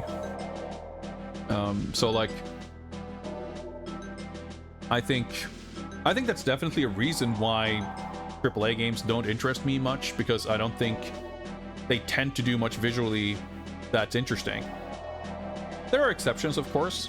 I have misgivings about a lot of things in Street Fighter 6 visually, but by and large, I think the characters feel like Street Fighter characters, and there's a lot to do with like VFX and animation and a lot of the things that make it overall look good. I like the way it looks, but I think it could have pushed things in a completely different direction that would have made me like it way, way more. So I think it's an interesting topic, and I think it's I think a lot about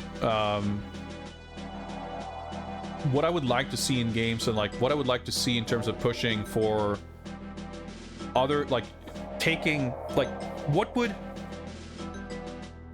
we talked about Spider-Man before, open world games, and like Sony Spider-Man games. I think they're fun games.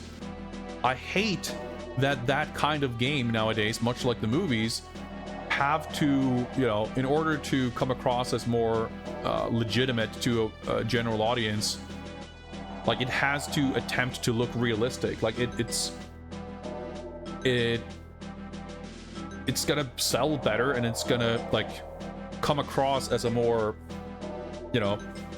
appealing product for a larger audience if Peter Parker looks like a real person versus if he looks like a drawing. But I'm just looking at a game like that and thinking, I mean, Spider-Man is far from the worst offender in terms of like comic book superhero type stuff having a boring look. But even that game, which I really enjoyed, had like, it just had me feeling like, man, imagine if they took this game and instead of trying to push the rendering in a realistic direction, like what if they put that same amount of effort into trying to make this look like a comic book come to life? To me, I just think like it could look so cool, but we don't even have a frame of reference for what that looks like, because no one is doing it. Like, no one who is doing games at that scale, at that budget, is pushing for those kinds of art direction, because it has become, I guess, a niche idea, and I think that's deeply sad. They could get away with a more stylized Spider-Man with the Spider-Verse stuff. I think that's an awesome comparison, right? Because the Spider-Verse movies clearly are extremely successful and popular, and people go apeshit, rightfully, for how cool they look. And I think for me, that's like kind of a like, well, there you go. Just like, see, like you can make stuff that looks evocative and interesting and cool. I tend to think that like the reason why this kind of grounded, realistic look for, whether we're talking about superhero films or video games or what have you, I feel like it's to some degree like a self-fulfilling prophecy, where like bean counters look at what's successful and it's like, hey, these realistic graphics sell really well. All the biggest selling games have realistic graphics, so we should do that. And if like every big game gets built by that process, then the pattern's never going to break, right? And I mean, I think Spider-Verse doesn't just like create an interesting contrast from a live action movie and the other Marvel movies or whatever, but it has a very exciting look even compared to most animated films, right? But we're seeing, the new TMNT movie has an interesting look to it, right? And there's other animated films, like I think Spider-Man, the Spider-Verse movies are like kind of, hopefully anyway, providing some amount of evidence that like, hey, maybe there is a market for things that actually look interesting. And I would love to see something similar happen in games. Like, yeah, imagine if the new Spider-Man game looked anything remotely like the Spider-Verse movies. Like, holy shit, that would be so much more interesting. Someone could possibly make the argument that like, hey, you have something like Zelda selling 8 billion units, and that's true, but I do think a bit of a problem is that it's hard to look at Nintendo and say, hey, let's do that, and expect any amount of success, because a lot of Nintendo's success comes from being Nintendo, and that's hard to replicate. I do think it is funny though, and it's like a little bit of a contradiction, that speaking of like imitating Zelda and Nintendo, when Genshin first came out, Genshin Impact, like everyone was like, oh hey, it's Breath of the Wild, but it's a Chinese free-to-play MMO or whatever, gotcha mobile thing, and that's clearly very, very successful, right? And there are other mobile games and stuff like that have, like, mobile games, perhaps by necessity, by not really being able to achieve the same amount of high fidelity realistic rendering. I think the game design paradigms of mobile games like are very off-putting to me, but for the past like 10-15 years, I think mobile games have broadly been more like visually appealing than big console games, because they don't push in that direction. And clearly, whether you're talking about mobile or console games, there are games that stand completely outside of this like realistic kind of paradigm. I mentioned like Fortnite, another example, right?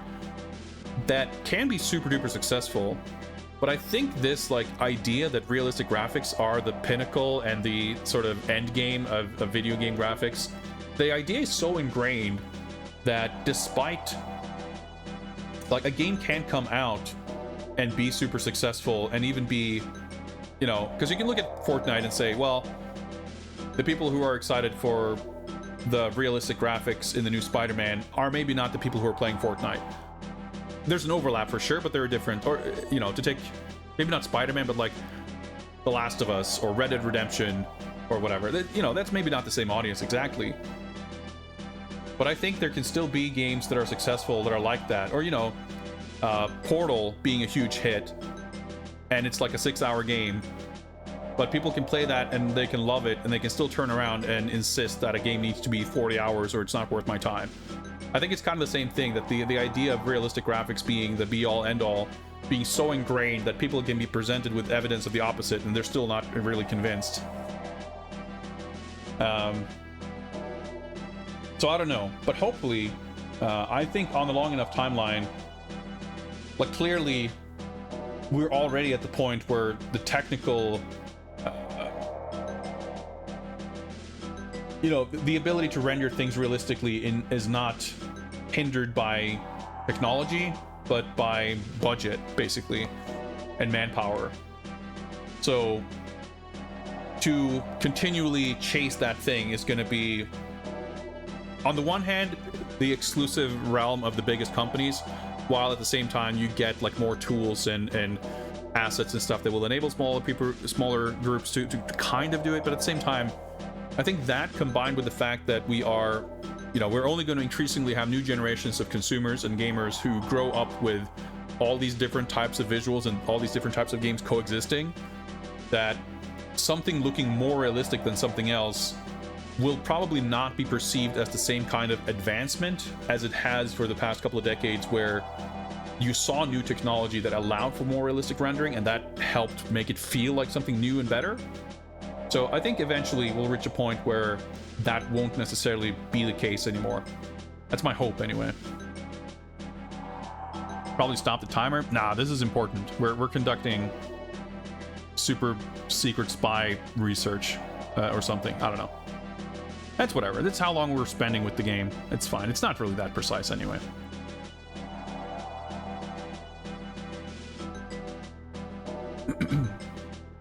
Let me just see if I missed anything important in chat while I was ranting. I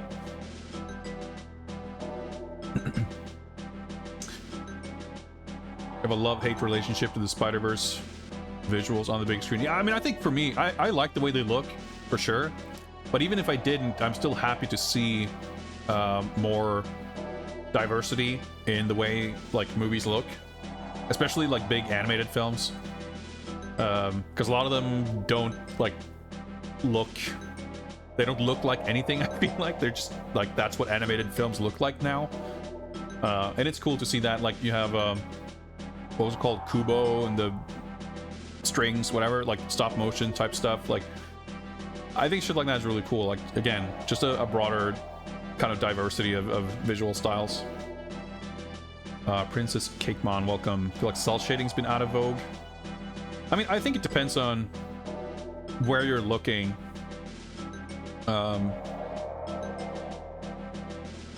Lamasar was kind of pointing out too, right? Like, you see mobile games, you can have stuff like Zelda or whatever, which again, I do think it's a little bit of a Nintendo is always a weird thing where like they're completely in their own universe, and like, because it's like they're kind of incapable of having an influence or receiving influences from the rest of the industry, I feel like, because no one can really try to recreate what they're doing successfully, I feel like just generally speaking. But I think it's also just a thing of like, if you're looking at the, like, there are examples, but like beyond either outliers like Nintendo, or looking at places like mobile, or looking at things that are perhaps like more like indie darlings and well reviewed games rather than like the biggest commercial successes, I think it's pretty true that like in the sphere of big games with broad appeal, most of it has like that specific visual style is definitely a niche thing, but I don't think that's like,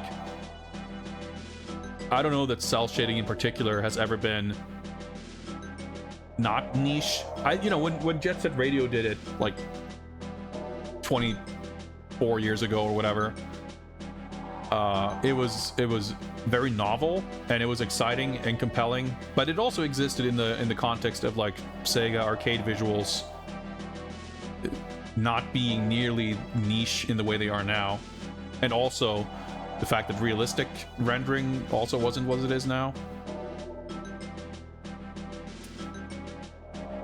But anyway, I guess we've been talking about that for like 40 minutes. We should probably get on with our mission here.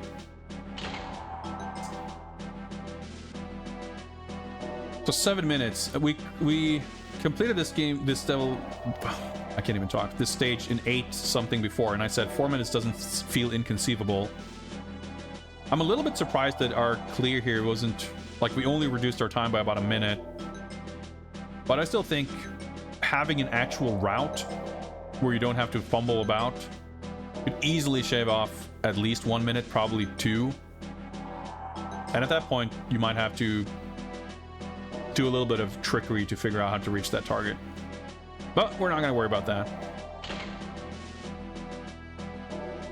We're back in Severnaya. Part 1, surface. Break communications linked to bunker. Disable Spetsnaz support aircraft. Gain entry to bunker. I think we're finally no longer in prologue flashback territory. Is that the case?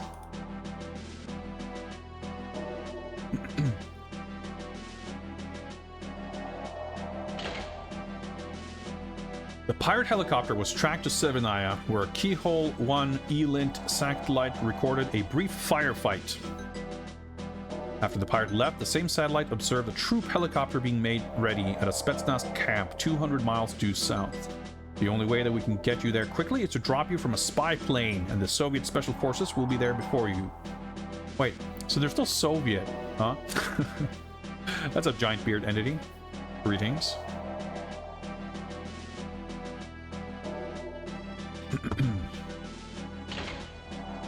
You should remember this place, 007. We need any evidence of Yanis' presence there, and fast. Disable the troop helicopter so that nothing can be removed from the scene, and destroy their surveillance cameras. It's had to be an inside job, Bond. Find out who their contact was. The macabre way to do it would be to use their casualty list. Of course, you'd have to know who was there first. Q branch, right? I've altered a standard mine to take a 10-second fuse. There's only one, so don't play around with it.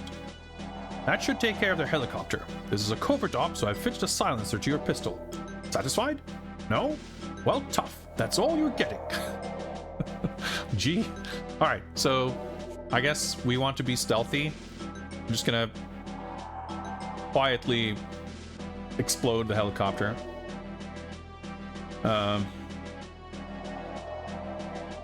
And we understand that the mine, the timed mine that we're getting is what we're using for the helicopter. Good to know. Remember the saying, James? Never go back? Doesn't ring a bell.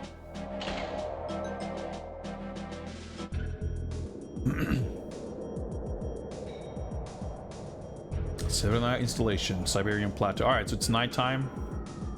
Or red time. Makes sense though. I figured we'd come back here given that it's a location in the film. So I was mentioning before that like they'd altered the plot a little bit to make Bond be there. But it turns out that was kind of a prologue prequel type thing. Prequel flashback. This I guess is current time. So this would have been after the... It's a little bit more like the movie. I cannot see shit, but that is the authentic N64 experience. So what gun is this? Like Scorpions, yeah. Well, I'm sorry what you're mentioning about the rendering. I think that's true for any game, right? It's like you take any game and you just disable its like graphics. You know, like disable the stuff that it's deliberately authored a certain way to give it a certain look. And I don't think it's a strong argument to say like, hey, this art style or rendering style is better than this one, because you end up with something where you kind of have either you have the thing or you just like remove parts of it and you're left with, I mean, technically something. It's a little bit of splitting hairs. Like, I guess what I would say is it's not so much of a like cell shading versus another type of rendering, so much as it's like, hey, look at how much these actual choices are doing for the overall look of the game.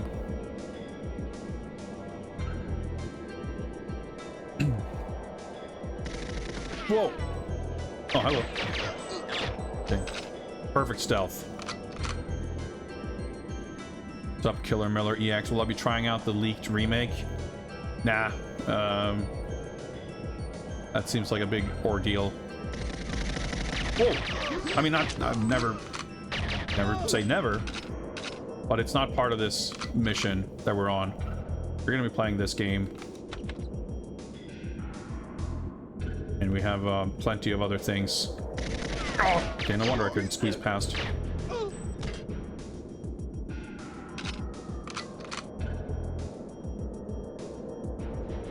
Like, is that a dude or a doorway? I think that's a door. I don't expect... Well, I guess you never know. I was gonna say, I'm not expecting to find much in here, but could be body armor or something.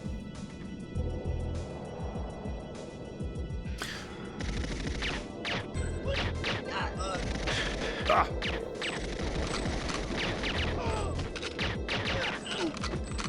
I mean, it's more... less process. You know, one thing that's interesting playing this...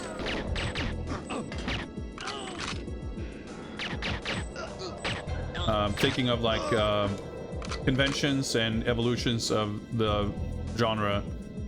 One innovation that Half-Life provided, whose absence is made very clear in this game, is at least Half-Life was the first time I saw it. A screen indicator showing from what direction you're taking damage. That is something that I think this game would greatly benefit from. Stealth is... Oh, there we go. Stealth is out now, but I don't know. Oh, shit. You know what? What are our objectives? I forget. Maybe on 00 we have to be more careful about that. I think we'll be... Well... I think we'll be okay is maybe a little presumptuous, but we'll see. I will say this, just on one final note on the cell shading thing.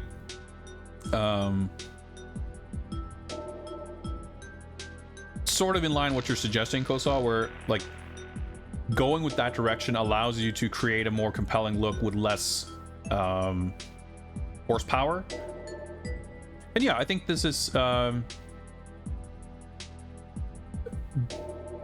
that to me, like, well, I mean, maybe in this particular instance, but broadly I wouldn't extrapolate that to say that like cell shading is good because it allows you to do cool graphics, but I think you know, for cheap, so to speak. But I think absolutely you should always look at, like, that's kind of why I dislike the kind of realistic rendering as a default, because it sets the goalposts like right off the bat for what you can achieve. And like you said, like if you want something presentable, some things have to be at a certain level. You need a certain amount of performance to be able to render it, etc., etc. Whereas like you can absolutely create something that looks super cool that doesn't use any lighting or whatever. I mean, like Ridge Racer 7, right? You can get 1080p 60 on a PS3 if you choose to forego like per pixel shaders and, you know, possibly even real-time lighting altogether. But you can author it, you can fake it.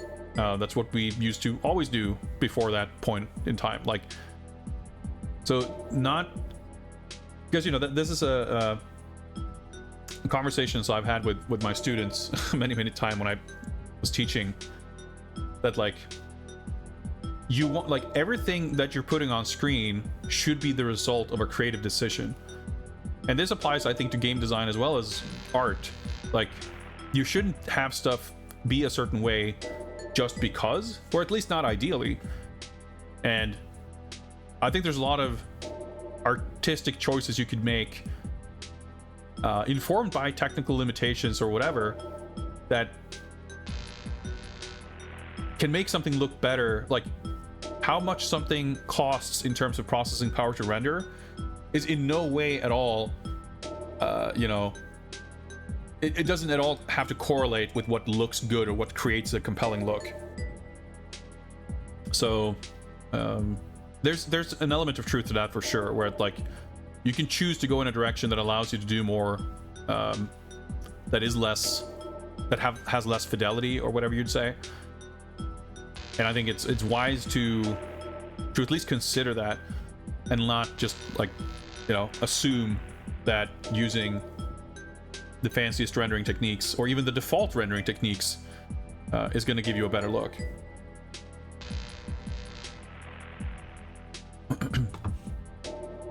Yeah, enemies have fucking perfect stealth.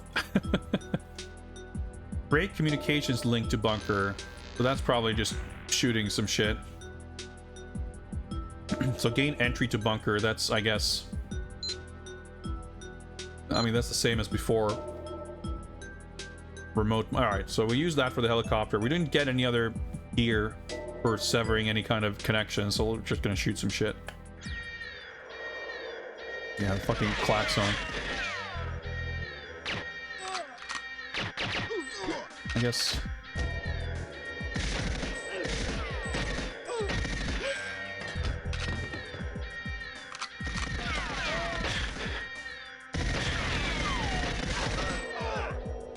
For a split second, I wasn't sure if that was an enemy. It was like, probably is, right?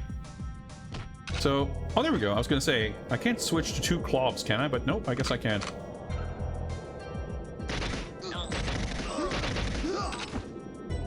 I guess we can run a little experiment by using some loud guns and see if we can perceive any connection to alarms going off. I'm like squinting at the screen to try to see what's going on. I think it looks a little bit more... I'm looking over at my OBS window. I think you guys can see a little bit better than I can, because I've also got my light shining directly in my face. It's clobbering time for sure. Yeah, I've taken a weird route. So there's the satellite.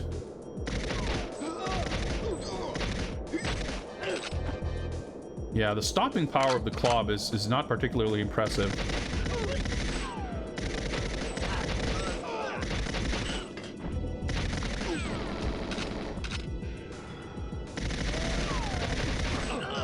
I also don't really like the sound of it. Like, every time you fire one round, it's got this, like, weird, burst noise to it. Okay, that's like the first dude who had one of these, though. Dude, okay. Yeah, I couldn't shoot when I got shot, I guess. Bob is quieter. That's interesting. Yeah, I didn't really realize that I was so low on... I just assumed that I'd had it, but it makes sense. Like, everyone had a Clob, so... I just... Oh! Well, it might explain the alarm.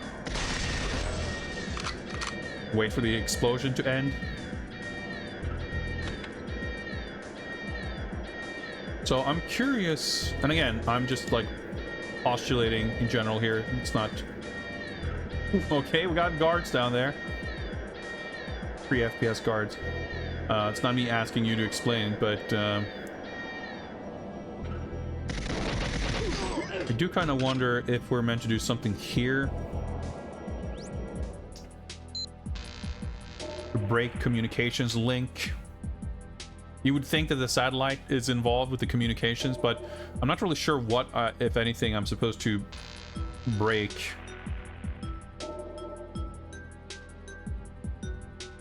F7 sounds like it does more damage. I agree. Like, if I can explode this, I guess I don't want to be standing here, do I?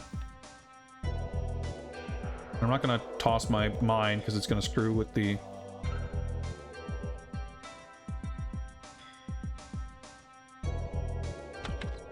the objective. I mean, it could, of course, be entirely possible that...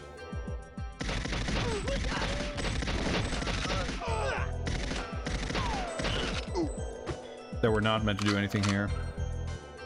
Got to go. All right, well, thanks a lot for stopping by. Thank you for contributing to the conversation, and hope to see you around. So the thing is here, I wonder if there's still like 8 guys around the corner here. Looks like it.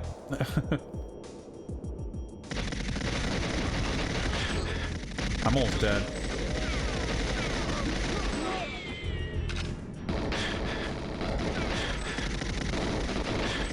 Yeah, you don't, like, whenever you get shot, that's interesting. I hadn't really noticed that before through the frame rate. Whenever you get shot, you're like in hit stun. I guess just like the enemies. Whenever you get shot, you can't shoot for like a second.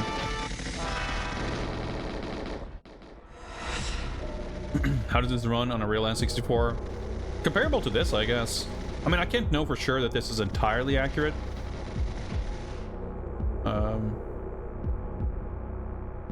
But I certainly wouldn't expect it to run better than this.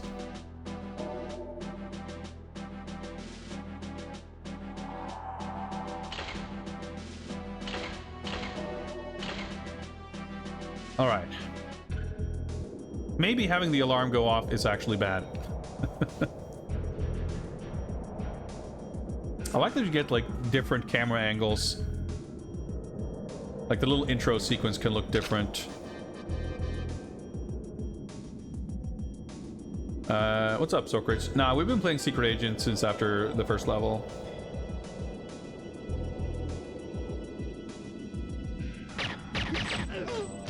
I like that they just jog up to you.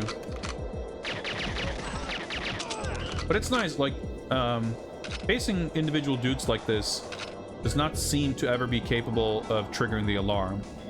Which is nice, and not, like, that feels generous and not, like... You would assume that a game would be more of a dick than that. Or I would, anyway.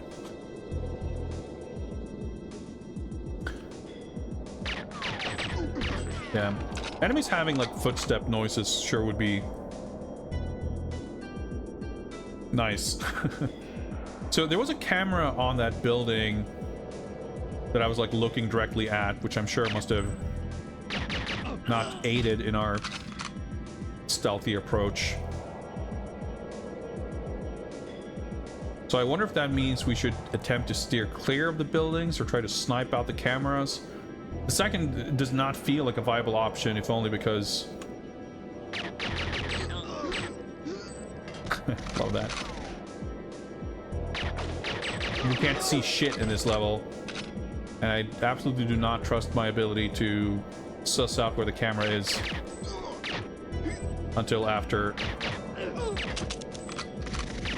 the alarm's already going off. You just fucking show up from every direction. Alright, we do get ammo for this gun at least. Oh yeah, why not? I had to jump through a lot of hoops to get it to run and look this bad. But that's part of the point. I don't want it to, like, there's a million ways you can play this, but I want to approximate what the game actually was.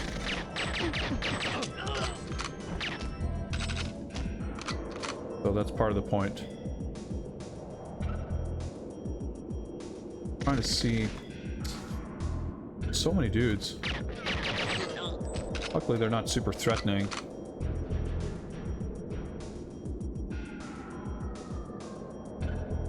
Just, like, very carefully trying to see. There's a camera there somewhere.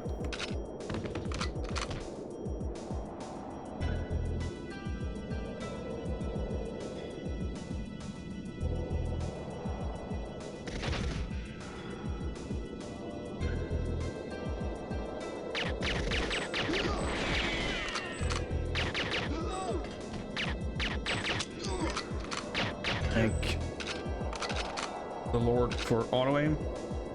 But it's nice, like, it does feel really good. Oh, that's a corner of a house. That was not a dude.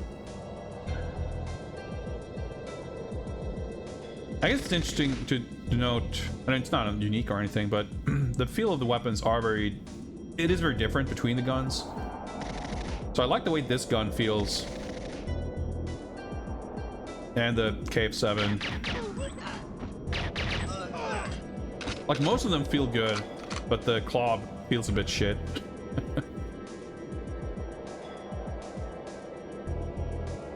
So is this where we...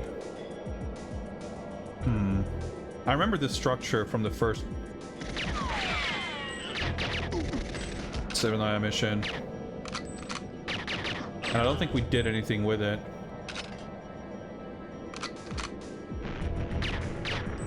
Okay. I guess someone tossed a grenade?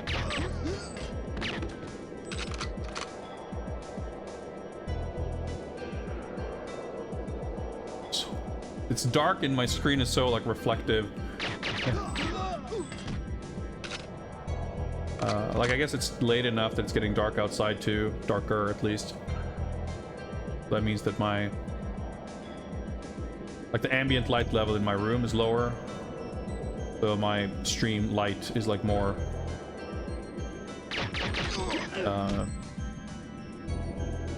doing more, I guess. I.e. creating more of a glare.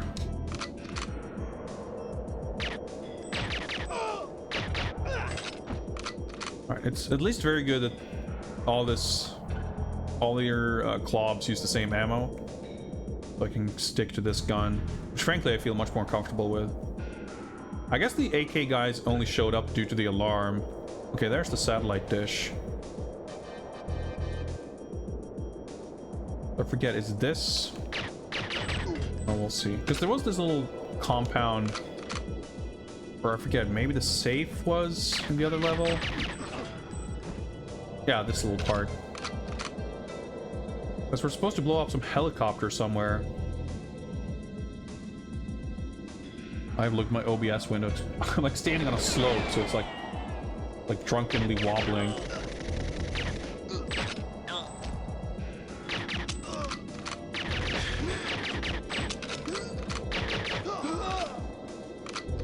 This lead. Oh, more cabins.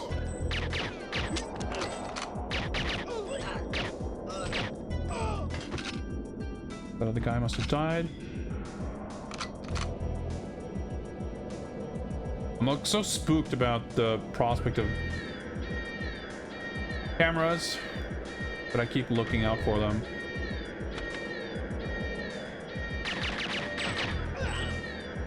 Was there one here? There was.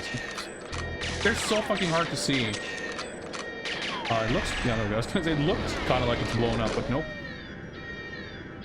Obviously, the damage has been done here. Whoa, dude! Just pour out of the building. Okay, so I guess somehow I technically only have one claw.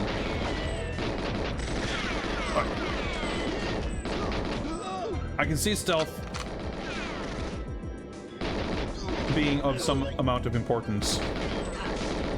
Because even though there's a lot of dudes, they don't really come at you all at once like this.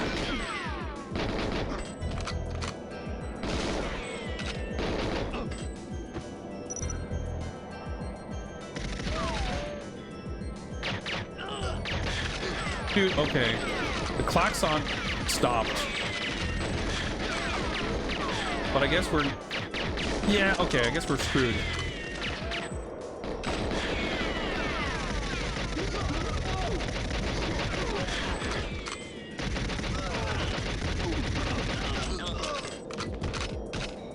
Or maybe not? They definitely kept spawning dudes long after... yeah, I've literally turned my back. Okay. But I guess... No, okay. Yeah, okay, we're fucked. I was gonna say, it seemed like it still only spawned one at a time, and maybe they only spawned the snowsuit guys, but nope, we got the commando dudes. Alright, so going over there is a waste of time.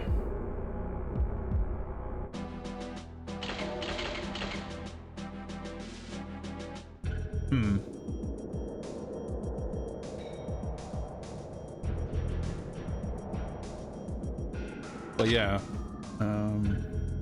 everything seems perfectly manageable as long as we don't raise the alarm, and it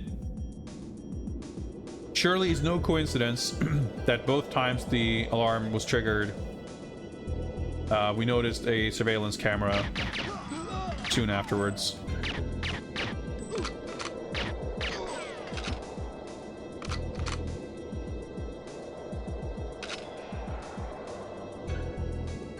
And I guess it does seem like the range of the camera is probably not super long. But if you know where they are, it might not be a big deal to get rid of them. But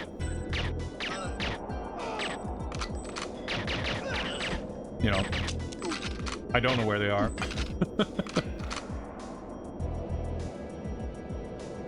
Yeah, it's pretty funny how you walk into a cabin and it's like extremely empty.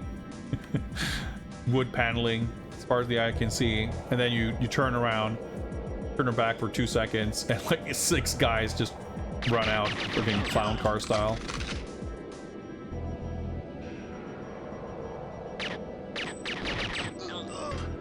Yeah, not my favorite mission so far, but I appreciate how, like, I think it's a good use of like reusing the map, and I like the effort put into making it look and feel like a different mission.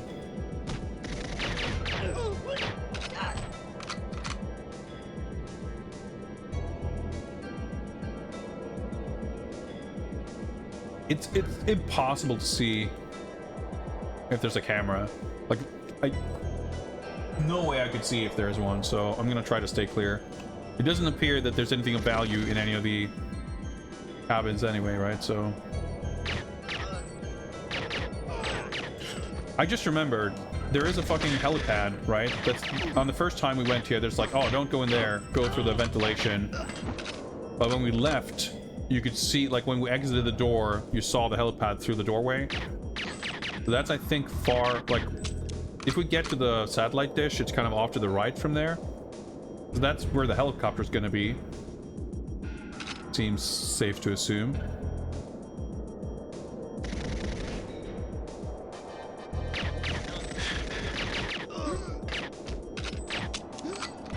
So the alarm rang. I was gonna say the alarm rang by the satellite dish, but maybe it didn't. Maybe it just... we had the alarm ringing from the cabin. I don't remember. I mean, it seems logical that there would be surveillance at the satellite dish. That might be something I need to be careful about. No, like every time I see a cabin, I'm like so tempted to try and see if I can suss out where the camera is, but it just does not seem worth it. I think, yeah, that's a satellite dish. I don't think I can explode it by firing. It's so hard to make out. Like, even if that is a thing. But clearly there are parts of the stage that I've yet to discover or explore.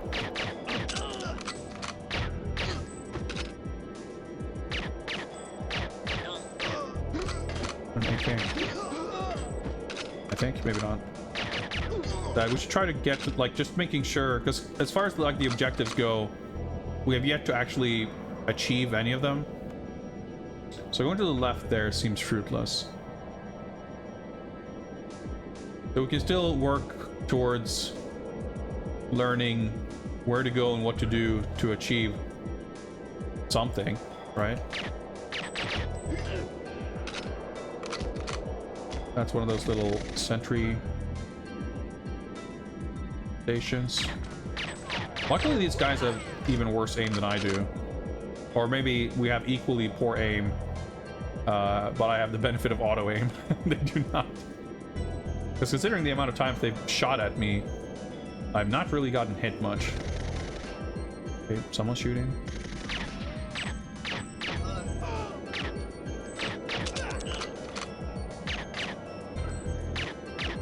Oh my god, okay. Yeah, I stood next to the fire 2 seconds after the explosion. Well, thankfully the explosion didn't seem to raise any alarms. Okay, I can hear a chopper. But the entrance to the bunker, I thought was here. Ah, there we go.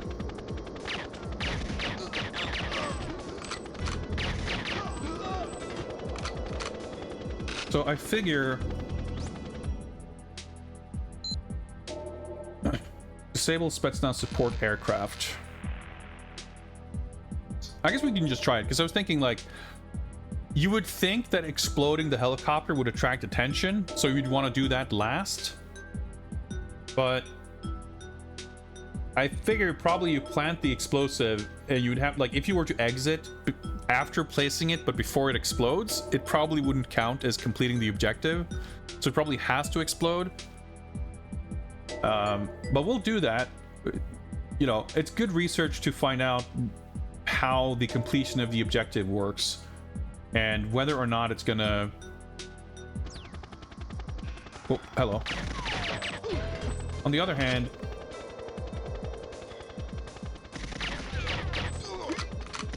whether or not, like, if we figured out the communications link thing, let's say that triggers the alarm, at least we know that we have to go here and place the mine and presumably walk in through that door.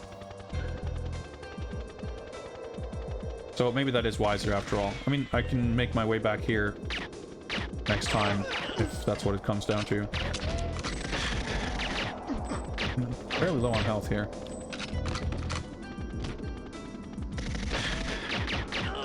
Least favorite level. I mean, that's promising, knowing that whatever's after this is going to be... Oh yeah, this is where we entered last time. So that's not going to... Yeah, surely the communications thing has to be the satellite dish, because there's like... It's either that, or maybe there is a cabin that is not empty and there's like a computer in it or something. Like, I don't know, I guess just like the idea of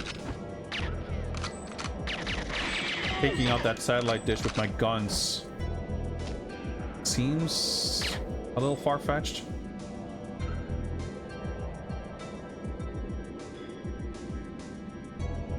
Yeah, the visibility and respawning enemies, definitely not that fun to deal with.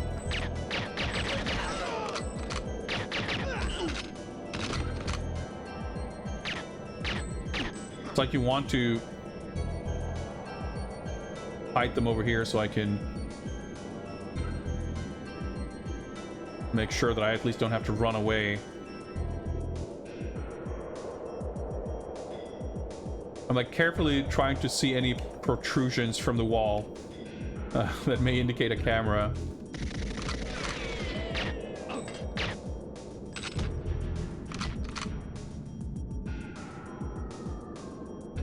Yeah, that's leading off to Alarm City.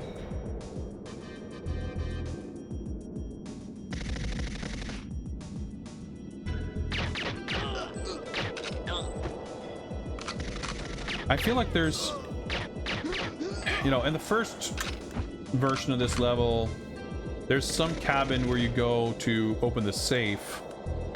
And I can't recall exactly if there's... Oh yeah, I just remember there was a camera like up on the catwalk in here, I'm pretty sure.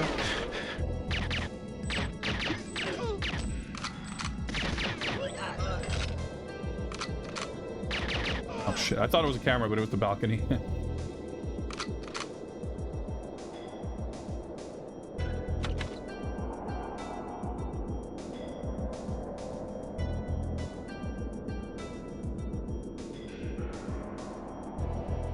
So hard to see. Yeah, I think it would be like up there. There somewhere. My OBS window. Okay, I think. Yeah. Nailed it.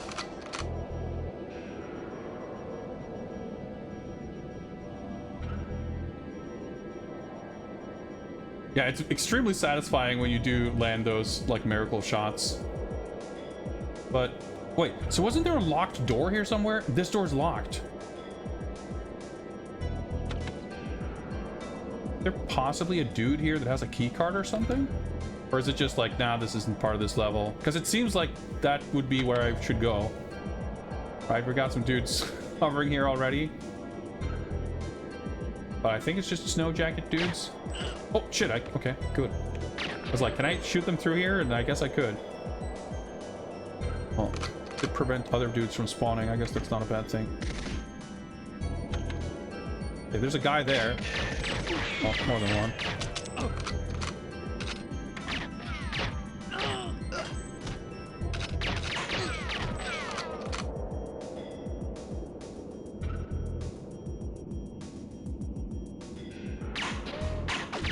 Doesn't seem like something I like. That doesn't seem like it would be productive. But I'm intrigued by that locked door. Honestly, I don't remember what's here in the other version of the level. It could just be that there's like a room that's important in that level, but rather than do something else with it here, they just locked you out of it, and it's just not in this level, essentially.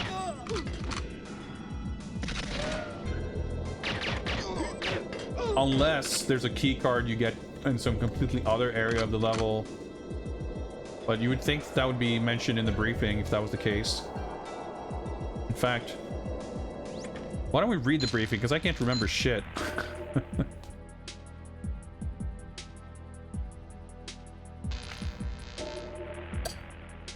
Destroy the surveillance camera. So that's got to be a 00 agent objective. I don't know who their contact was. Macabre. Okay, the casualty list. But I wonder if that's... Is all that in this level?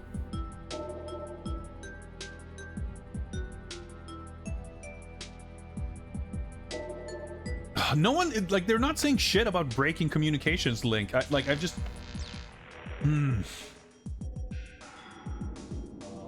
Wait. No, that was a window. I was like, is this a terminal? No, it's just a window.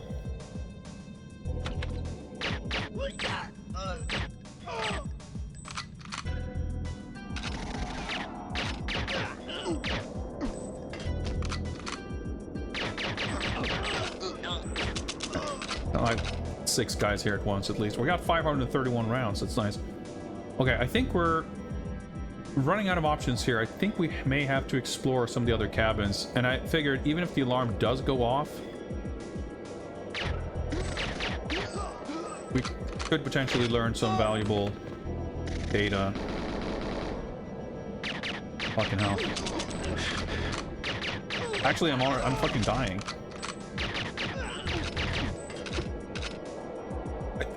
I don't give a shit about ammo. Why am I grabbing ammo? Like I'm putting myself at danger for no real reason.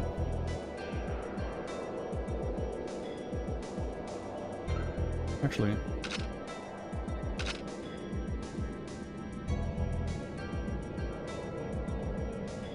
being able to zoom.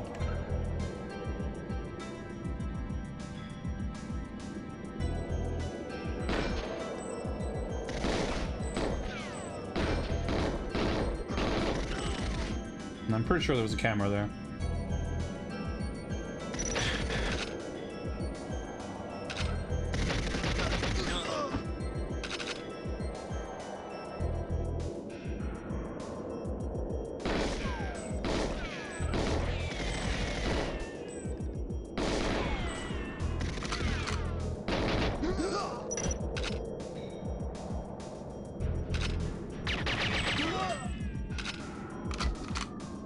Trying to remember which cabin is which is tricky though. I think, yeah, there's Commando Man in here. Doing a little commando hop. Oh, shoot. Okay. Tom's room key. Aha. I definitely killed that dude before, but I think I probably got so many messages about ammo and shit that I didn't notice that. Okay, I still don't expect to clear the mission now because I'm at like 0 health. And there's a lot of dudes spawning now.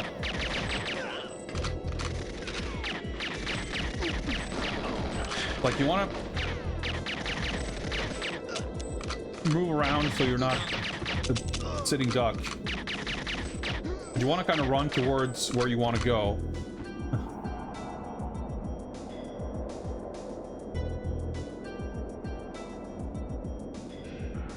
It's cool though, like I liked the fact that I could apply some logic to what may be going on and suss out sort of how this might work. Alright, I'm assuming I'm just, yeah. Get some distance here.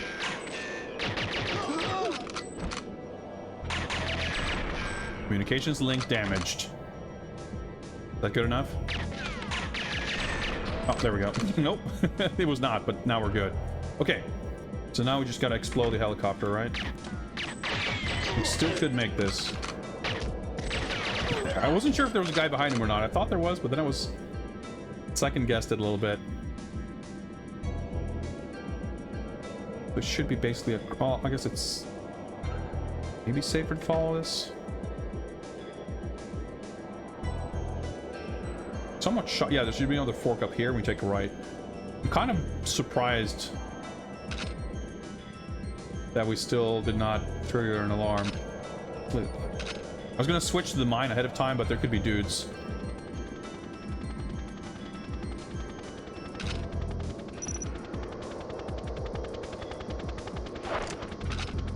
Oh, sick. Okay.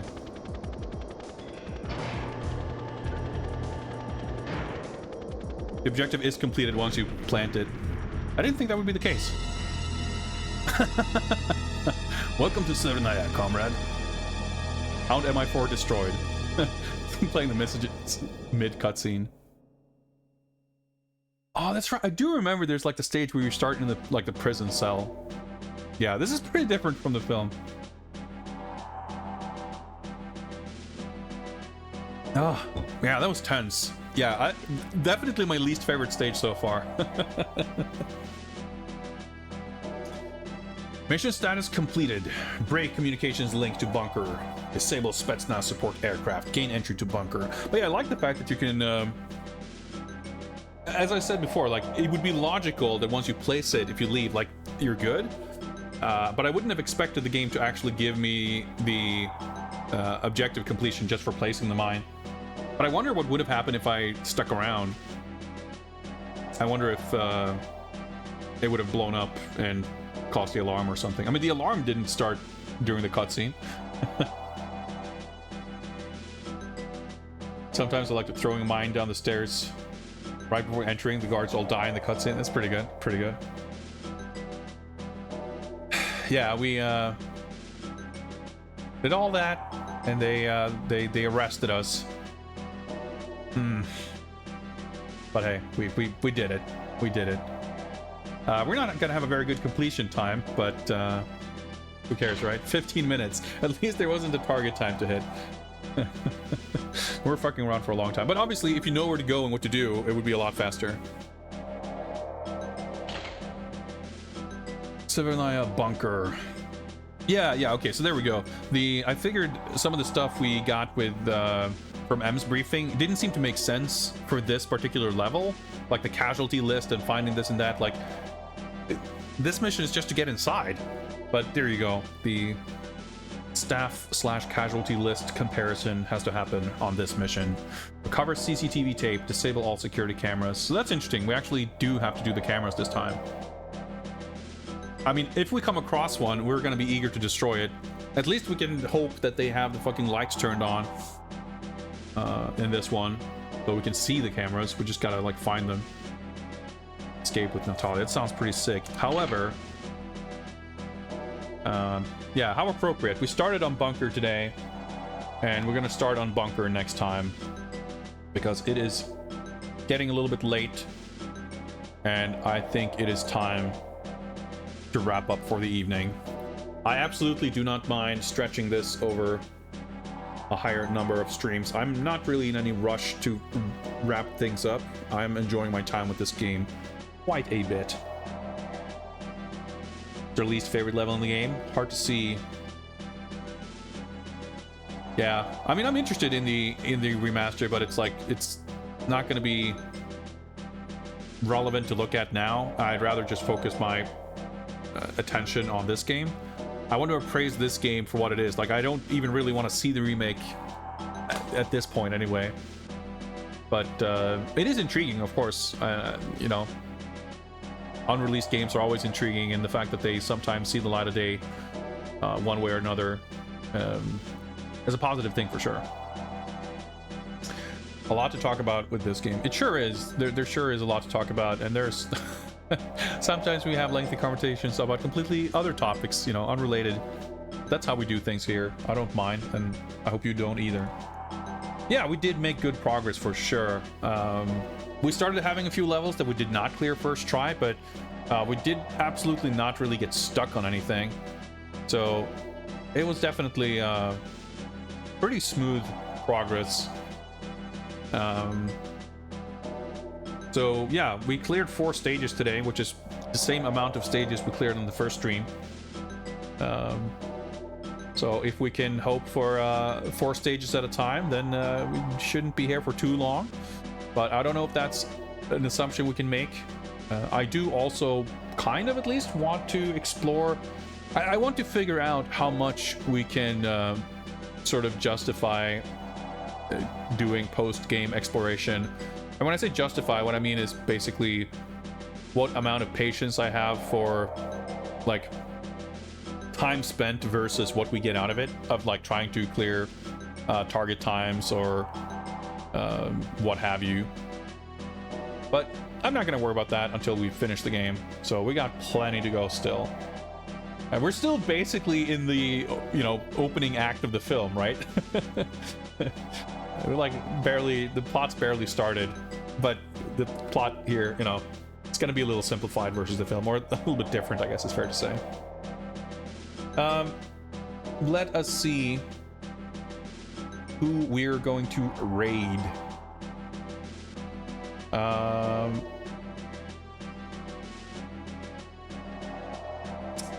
I do raid Jean halfway often, but her stream is always chill, and she's doing cinema week, and I think that is highly appropriate of a raid target considering we're doing games Bond. So we are going to go say hi to Geneva Lee and see what's up over there. Thank you very, very much for the kind comments of support, everyone. Thank you very much for hanging out. It's been real. And I will be back on Wednesday with more Bond. I'm excited to continue playing this, and there's always other stuff on the agenda, but I think we're gonna want to keep playing this. I want to keep playing this. I'm enjoying this a lot. I'm having, I don't know if I can say more fun than I was expecting, but less frustrations with it than I was expecting, I think, is the real thing. And, you know, frustration-free video game experiences, that's a good fertile ground for having fun. Am I an N64 lover yet? No. Definitely not. And I don't think this game would convert me. I don't think that would be possible. But yeah, stick around for the raid, and I'll see you guys on Wednesday. Take care, everybody. Thank you for watching, and goodbye.